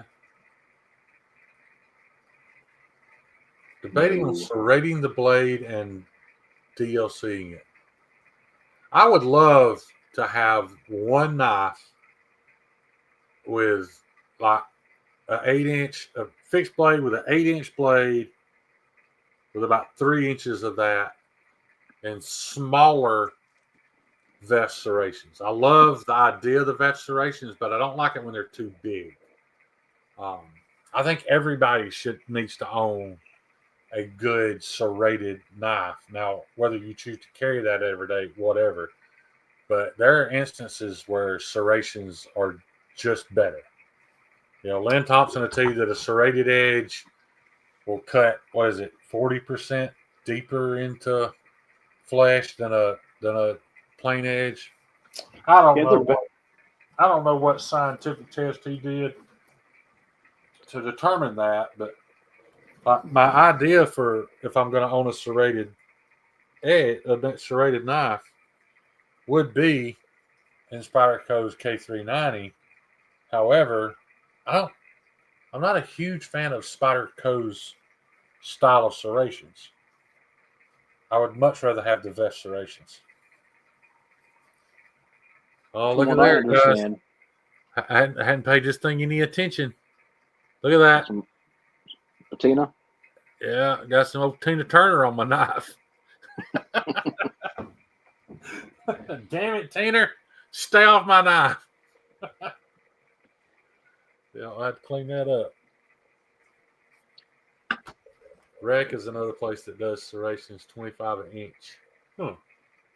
I, I think what I like Spyderco serrations more than I do cold stills though. It's like cold steel, it's all packed together. I don't know. The serrations are too small. They're all packed together. But like when I use a cold steel straight knife, it definitely cuts, dude. Don't get me wrong. It cuts, it feels incredible. But it reminds me of when I was a kid, we didn't have any sharp knives, and I would try to cut something with a steak knife. I agree with what Todd said, though. You can feel that pop, pop, pop, pop, pop, pop, pop, pop, pop, pop, pop, yeah, dragging across it. You go full or with serrate, VF, just kind of VF just it's cut. Yeah, Todd, that's why I say I'm going to buy. I'm just going to buy a serrated because I don't know how to do them. I'm going to buy a K390 serrated knife, or I might send this one to VF and have it done. I don't know. Imagine a matriarch in K390. Yeah. I've always defended the matriarch being in VG10 because it's one of those knives that you pray to God you only have to use once in your lifetime, and it's probably going to evidence locker after that, so it don't matter if it gets dull. I agree, but if you're going to use it from my understanding, I've never done the actual testing on it to know, but like you said with what Lynn said about 40% through flesh, but I think it's just through media in general. So I mean, if you're doing like a lot of cutting through clothing or whatever else you need it for, I think it would be nice to have some edge retention. Yeah. God, you remember that time you and a couple other assholes got together and did a bunch of really nice shit for me? Y'all bought me y'all bought me this nice office chair, and you got me a autographed picture of the group Hanson and a Hello TD t-shirt and this fucking box of Preparation H. Yep. It's still sitting here by my computer. Unopened? No, I opened it just so I've never had to use it. Luckily, I've been real lucky that I haven't had that issue yet. But yeah, still got it. And that we don't forget the book too. We got you. That Hanson. Oh yeah, my stepsister journal. Yeah. But that autographed picture of Hanson is hanging over my wife's bed. Yeah. Tina, that is accurate. Put a remote triggered airbag in that chair for a while. The cop talked me off that bridge. Can y'all see my fat ass flying up out of a damn? Whew. Well, the two reasons I gave him were one, either your head was going to get stuck in the attic, or oh, wait a minute, this was a real conversation. Oh yeah, Tina, fucker. or two, it would scare you so bad you put you into cardiac. Yeah, that's entirely. But I definitely would like to see it. Yeah. Well, Todd Carr shared some interesting information right there. That's good to know. I was concerned for your heart. You clearly were not concerned for my heart, Patina. But it was very heartfelt. The Hanson autograph photo was very cool. My wife has a journal full of fan fiction Hanson stories that she wrote when she was a teenager. You heard that right? I think that was Tina's idea, the Hanson. Oh, I know it was. Yeah. Yeah. He's soft, if you ask me. He just got a little hateful after this third child. Yeah, I just wanted to get you a chair so you'd quit whining about sitting there on your hard ass. Dude, it wasn't just that it was hard. It was like a torture device, man. It was painful. Like, it made everything hurt. Yeah, the Hello Kitty is still hanging in my closet. I used to only wear it on lives, so I'd put it on, do the live, take it off, put it back in the closet, because every time I wash it, it loses like a tenth of the ink. So, yeah, but I love that shirt. I worked at a strip club one time. I bet that went over well. Oh, yeah, they loved it. Yeah. Yeah. They did a good design on it, though. Yeah. Yep. I was thinking about having some T-shirts made. But, Again? it's funny. Yeah, I'm thinking about having some T-shirts made, but I don't know, man. It seems like when you put the design up on T-Fetch or whatever, even if it's something that interests me, if I got to go to another website and all that, I'm less likely to buy it. I'd really rather just have possession of them, but for some to sell. But Oh, I got something else to show you, Shane. And now that Patina's here, I'll make sure he can watch this. hang on. Well, Paul's asking me a question. I don't know if I have a measuring device in here, Paul, but yeah, there's 6 inches. I mean, you can see this is 12 inches. Yeah, it might be 6 1/4, but yeah, it's only 3 fingers.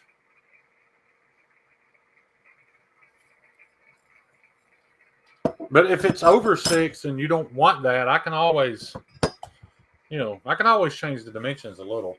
But if it's over 6 inches, just because I think the steel was at 12 1/2, and I split it right down the middle, subtracting the material removed, it shouldn't be over 6 1/4.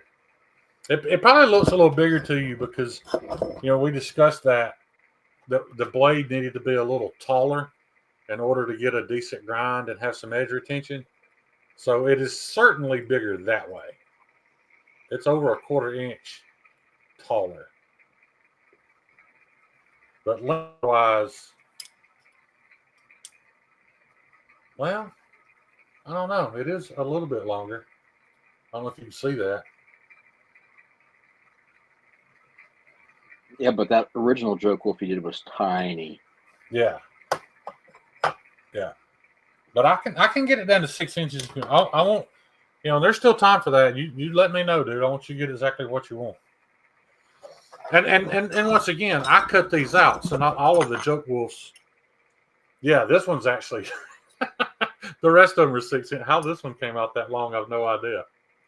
So that's the biggest one. I knew I did that when I did it. The one that we shaped the handle for you, well, is all. Apparently, I didn't cut them cleanly in half. It's also a little larger. That one's yours right there, Paul. But yeah, it's easier to take some off than put it on.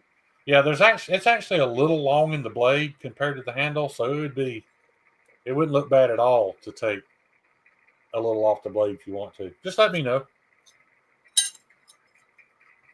Yeah, I do have 2X hands, which is weird. I tell people I hate Glocks because my hands are big, but my fingers aren't long. So like when I try to hold a Glock, I feel like I'm holding it like this, like I'm holding a red brick. But yeah, they're 2X. But when I put on 2X gloves, I have a 1/2 inch of finger slack left.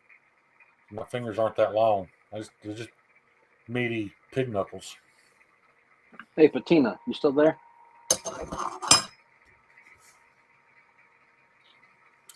Actually, I remember what I did now, Paul. When I cut those, I measured to 6 inches and drew a line. So one is 6 inches. Yeah. And the other was going to be 6 1/2. Yeah. If you want me to remove that 1/2 inch, that's not a problem at all. In all actuality, I think, well, I don't know, man. It looks pretty balanced, blade to handle, to me. But you've got time, man. You let me know if there's anything, and ignore, there's just 2 pinholes in this. Just 2 pinholes and a lanyard hole. That middle hole is just for pass through. But, if there's anything else you want done, whether you want it shortened or even if you want it thinned a little bit, I wouldn't. Because that's the one thing I wasn't thinking about, making a knife with that short a blade. I'm talking this way. You said that's good. Okay. Yeah, it doesn't give you. It don't matter how thin you grind it, it starts getting thick very quickly. But this is thinner blade stock than the original one anyway. if you can tell. I don't know if you can see that on camera. Yeah, that's noticeable. This is thinner than this was. Here you go, Shane. What's that? What you got?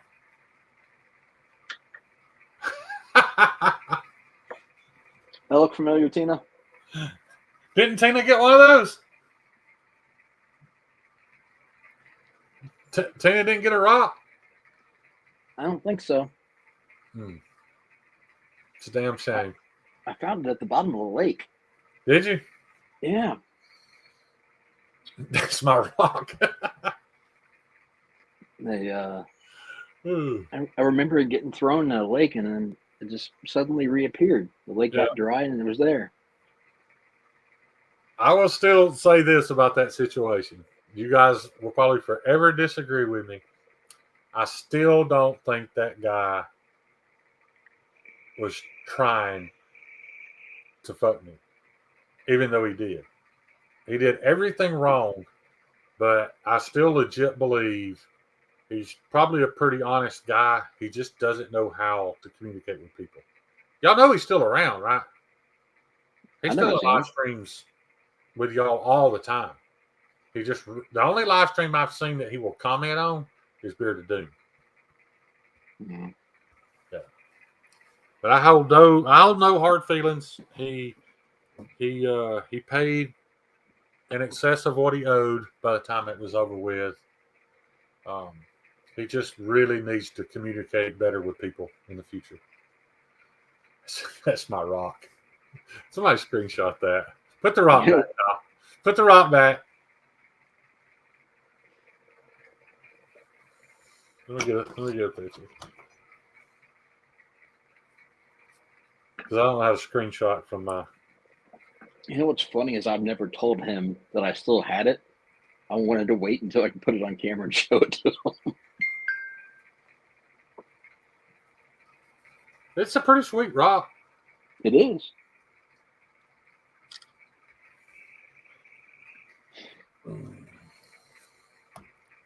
Time for sleep. It's good kicking it, y'all. See you, Donnie.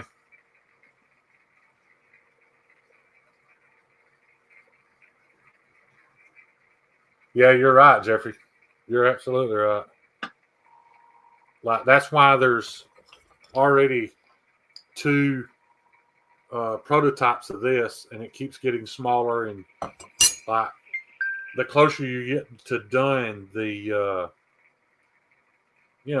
everything just starts to change. Thank you, Tyler. Yeah, proportions just start to change.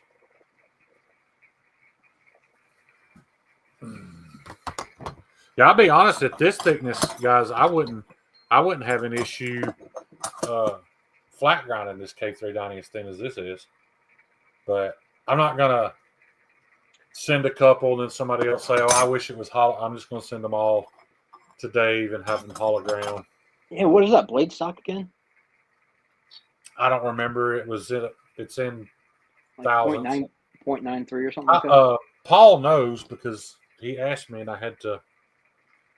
The sticker was on it, so I could look back then. It's not now. But I know there's a text between Paul and I where I told him. Yeah, if it's sub 0.1, there's not a ton of it's sub 0.1. It's either 0.8. It's either 0.87 or 0.90 or something like that. I don't remember. Yeah, there's not a ton of room to take material off there. No. And Dave, let me say this too, guys. There is a possibility that Dave contacts me back and says, "Hey, there's not enough material here for me to do that." Just keep that in mind. There's no way I can, I can't make him do something he's not comfortable doing. So that is a possibility. I mean, worst case scenario, you don't want to blow it out the other side. Right. Yeah. I don't see it now. I know Paul and I had a conversation about the thickness. Paul, did you say in here? You remember the thickness, Paul? Fucking asshole. I told you on the weekends. Tina, you got enough on your plate. I mean, you can't seem to stop procreating. You don't have time to give that rock the love that it needs.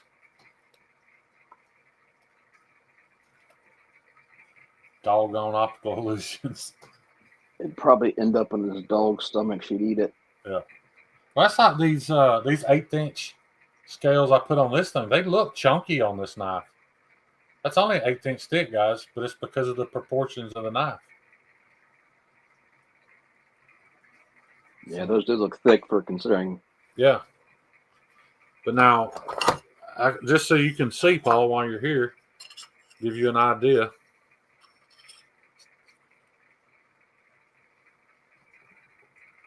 There's your knife with the scale on one side.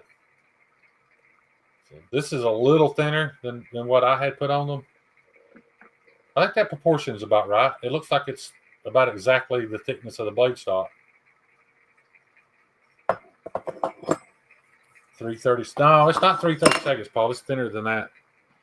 It was I know it was a thousandths. It was measured in thousandths.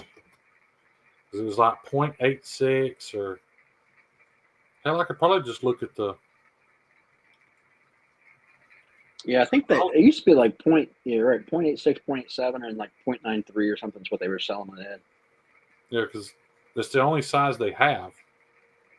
So. Oh, they don't even have any anymore. Alpha Knife Supply has no K390. Oh, I must have sold out because they used to have a couple different sizes. Yeah, when we ordered that was legit. The only size, the only thickness, the only length, the only width, that was all they had. Oh, wow. Yeah, it's pretty thin stuff. And like I said, this is 3/32. It looks like an 1/8 next to it, but let's see if I can get it turned right. Can you see the difference in thickness in those? This is 3/32, so this is considerably thinner. Probably at least a 30 seconds thinner. Yeah. Yeah. I'm pretty sure it was either 0.9 something or 0.8 something, Paul. Because I remember you asked me, and I looked, and it was on the sticker on it. It may have been on Instagram instead of text message. Let me check there. That's the only bitch about having conversations when you have pictures. When you end up with two threads, one in text and one in Instagram. It's hard to remember where you talked about what at.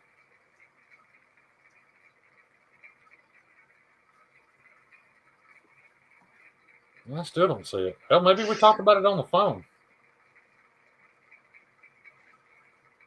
Can't change it now, so. Oh, no, wait a minute. Paul's right. It's 0.104.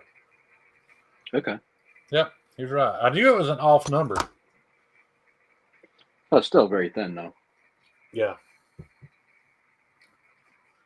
Yeah. I wonder what 0.104 is in fractions. You reckon it's a 16th? No, 16th would be 0.675. So more like a 12th. Yeah, it's 104th. No, a 10th. Excuse me. Yeah, it's a 10th. 13/125th is the thickness. Yeah. Yeah. Yeah, I mean, I think Dave has actually turned down a couple of hollow grinds on people's pocket knives because they were too thin. He said he didn't have enough to work with. But I think as his talent has improved, because I sent him the specs. I told him what I was sending him beforehand. He said he could do it. So, yeah, they're going there regardless. We'll find out. Can't you just look up your order? Patina, that would require me digging in email, and you know I don't do that shit. I mean, an average guy, that would make sense. You forget who you're dealing with. Patina using logic and stuff. Yeah. Yeah, because Paul, he already told me when he got them, he's going to call me. And Dave can pretty much, he can put it on paper and show you if I use this size wheel, this thickness of steel, he can show you how high the bevel is going to climb. I tend to think it needs to, I would like for it to be full all the way to the spine, but we'll find out what what an 8-inch wheel will look like, what 10, 12, all that stuff. Yeah, I mean, having it on paper, that's great, but sometimes putting it in hand also makes it easier to be able to tell and feel. Yeah. Like now that it's done, I really thought this was going to be a taller hollow than what it is. But, I mean, it's fine.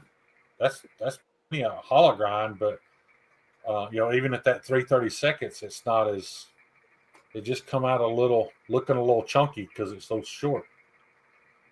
Yeah, those are so narrow, though. That's why. Yeah. Yeah. Who said that? You think 3V is an option for my design chain? 3V is awfully expensive, Tyler. It would be considerably more money. That's up to you. We haven't discussed that yet either, like thickness and what you want it to do. Do you want it to have great edge retention? Do you want it to be, where you can pry the heads off of a V8 Chevy with it? We'll get into that when we get there. I've got some 3/16 8670 right now, which is actually tougher than 3V that we can make it out of, and it's very inexpensive. So it's up to you. Yeah, it depends on what the use case for it, and then pick the correct steel for that. But yeah, and Tyler, I also think you said either 3V or M390. Dude, those are total opposite ends of the spectrum. 3V is super tough. M390 is not tough. If you want to use M390 for a fixed blade. Yeah, if you wanted M390 and you wanted extremely high edge retention, and we can get Brian to make that happen and make it do what M390 is supposed to do, but you will break it. So I wouldn't say it wouldn't, but I prefer more. I'm the same way, Paul. I've got knives that are borderline unbreakable. I can make a super tough knife for even a less amount of money out of 8670 or Nitro V or whatever. My passion just happens to be in edge retention. So that's always the path I'm going to take if you don't steer me away from it. Dave doesn't care about edge retention. That's why he's got this big old chunk of 3V. Just so you know, Tyler, this knife, before I touched it, this was $100. Just cost. That's not me making anything. This was a $100 bill before I ever touched it, and it's got a long way to go. Because I bought a foot of it, and I used the entire foot right there.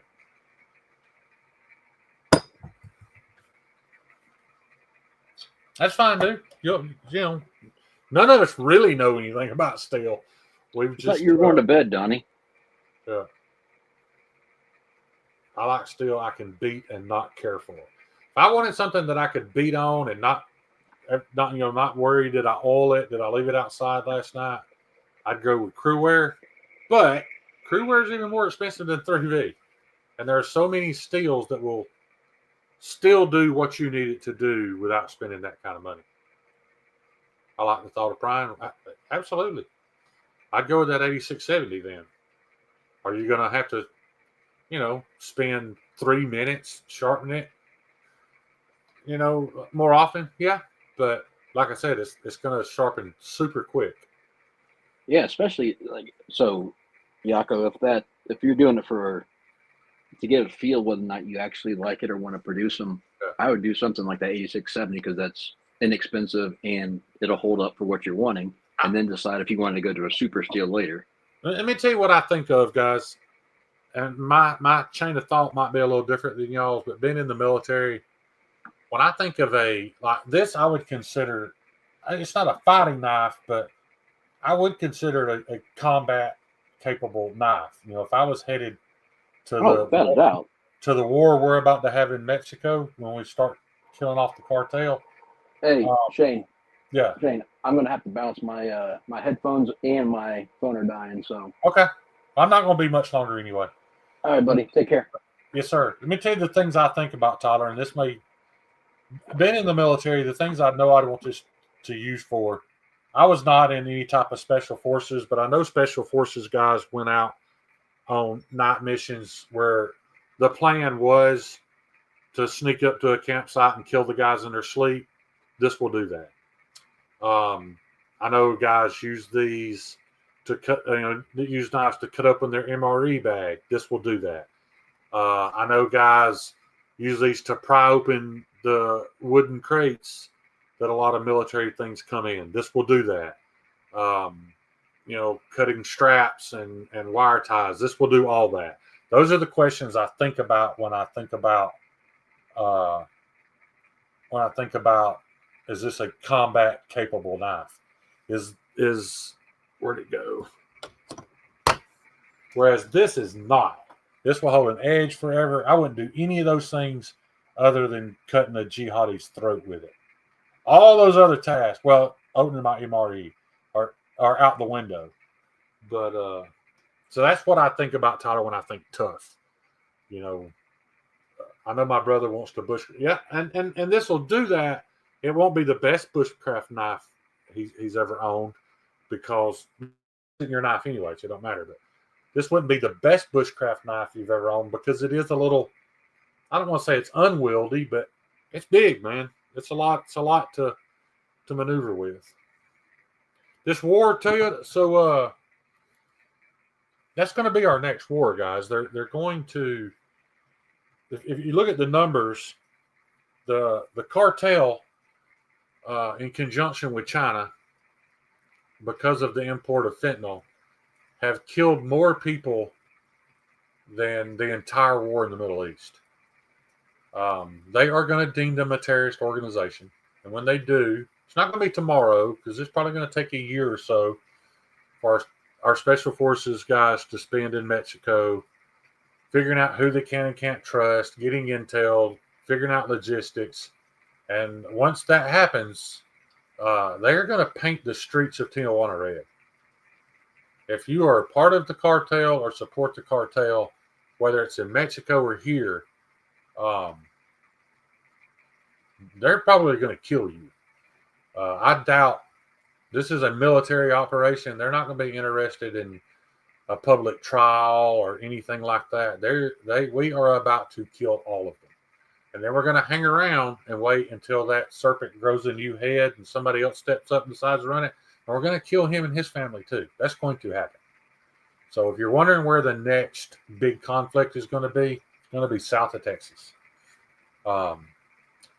It's sad that China gets to sit back and not suffer any repercussions of the fact that they're selling fentanyl at nearly no profit and sending it to the cartel for the sole purpose of poisoning this country. And whether you want to admit it or not, some percentage of every penny you've ever spent on Chinese products, including knives, I don't know what that percentage is, but some percentage of that money went to the CCP and they spent it to make fentanyl to poison and kill your friends and family. And any knife YouTuber / YouTube knife designer that tells you different is a fucking liar, because it's just the truth. It's just the way it is. So, yeah, watch and see. It's not going to happen tomorrow. It's going to take a good year of intelligence gathering, training the people that we've decided that we can trust down there, weeding those out, because just like in Iraq, some of them are going to turn out to be crooked, but it's going to get bad. Paul Mills, do you have anything in 4V? Just curious. I'll give you my opinion on that. I'd love to hear Todd's too. But in my opinion, 4V provides, it elevates the edge retention about the same amount that it decreases in toughness. So let's say you get 5% more edge retention out of 4V, you lose about 5% of that toughness. That trade-off's worth it to me. If I was going to pick between 4V and 3V, I would pick 4V. I've got some custom knives ordered for somebody in the community. Again, I don't have their permission to talk about it, but I've got 4 badass, big, I'm talking about shit like this in 4V coming. So, yeah. And Jeffrey, I'm not. I know I'm using that to prove my own point, but it's the, if you have an iPhone, part of the proceeds of that went to support the CCP, and the CCP is who's having the fentanyl made to destroy this country. It's the only reason they're doing it. It's not even all that profitable. You know what it costs to get high on fentanyl? $2. Well, what did the dealer make? Well, what did the guy that sold the dealer his 20 baggies make? What did that guy that got his supply from a guy that has 1,000 baggies of it, what did he make? And then what did the cartel make when they, milled it over here through our open border? It's not all that profitable. It's just for the purpose of destroying this country. That is the level of hate they have for us, whether you want to admit it or not. But Paul Mills is the prince of pounding V's, whether it's 3 or 4 of them. Yeah. So there's a lot of those here. We have a lot of little boutique shops, and I used to wonder that too. I'm like, how does that place stay in business? And then it was finally explained to me that, like, man, those businesses were never intended to make money. So those women that own those little boutique shops are the wives of doctors and lawyers and the filthy rich around here. So their wife goes to work there. This is how it works. Their wife opens this store, and because they're filthy rich and greedy, they're still concerned about that Social Security check when they turn 65. So she opens that business and pays herself and her employees and pays her part into her Social Security benefits, never caring if it makes $1. And they get to use it as a tax write-off for her husband's elevated income. And then when she turns 65, she still gets her $2,000 or $3,000 a month, like she really needs it. But that's what that's about. That's why there's so many businesses that don't. They don't care if the point is not to make money.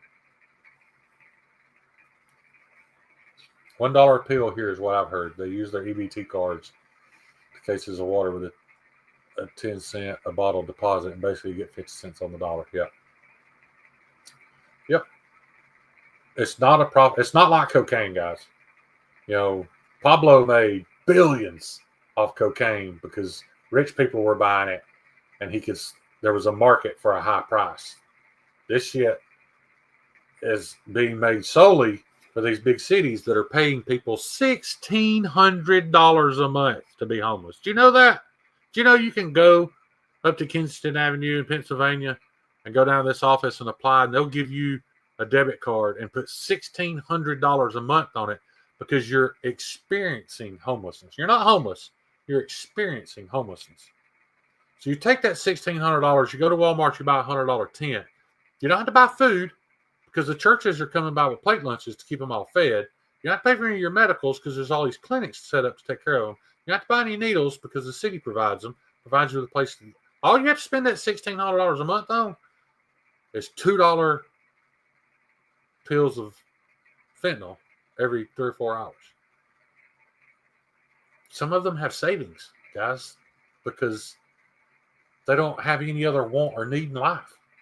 That's the world that we created in the past 4 years. You can bring up every other topic that you disagree with. Many of them I disagree with that the Republican Party stands for. But that's why I voted the way I voted. There's nothing to do with anybody's personality, whether I like them or not.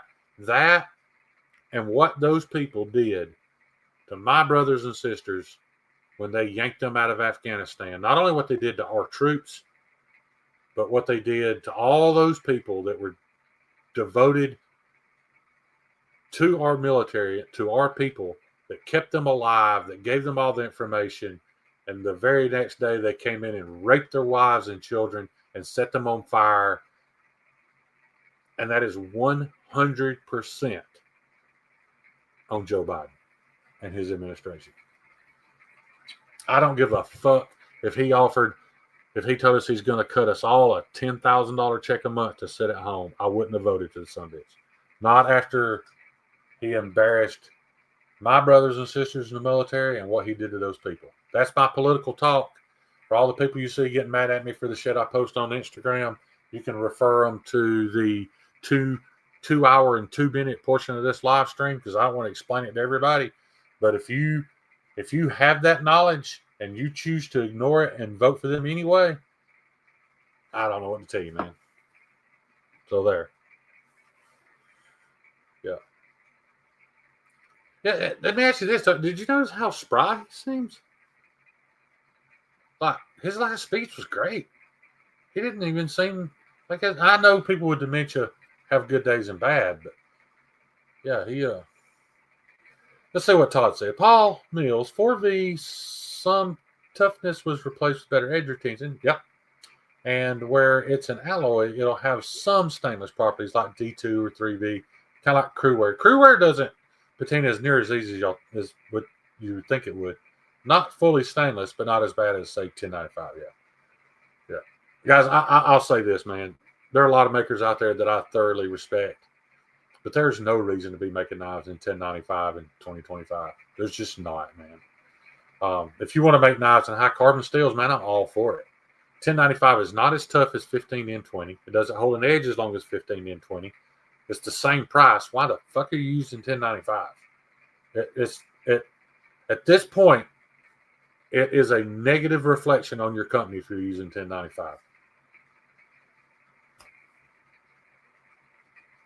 Fight me on that. But it's like the last thing I said. It's just physics. It's just the truth. There's no reason for it anymore. If you're wanting to make tactical screwdrivers and chisels, a shank to put in your, hey man, 1095 is great. Once again, 15N20 would be better. Nitro V would do the exact same job and not rust. It's just, it disappoints me to think about companies like Tops and OKC or Ontario and all these other companies selling these $300 knives in 1095, dude. They are.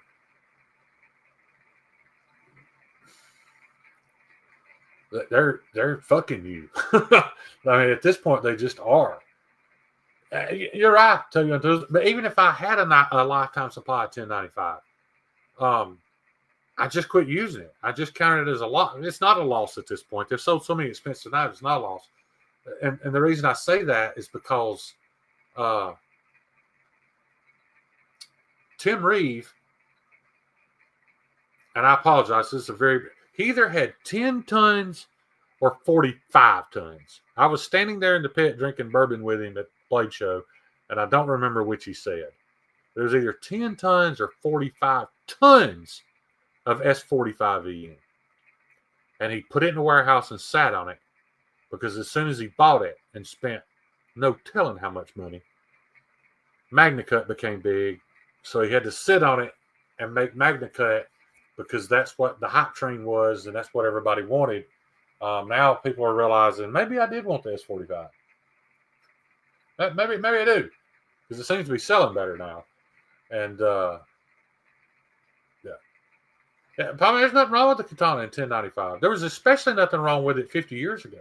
But if you had that exact same katana ground the same way with a proper heat treat in 15N20 and you bash them together, you will break that one in 1095. They all still have, they could be used for other than knife applications. It still makes a fine axe, but once again, if 15N20 costs the same and it's tougher and makes a better axe, why aren't you using 15N20? Lie to me and tell me it costs a little more because I know what it costs. But you can lie to me and tell me it costs a little more, and I'll pay him an extra $10, $15 for the axe.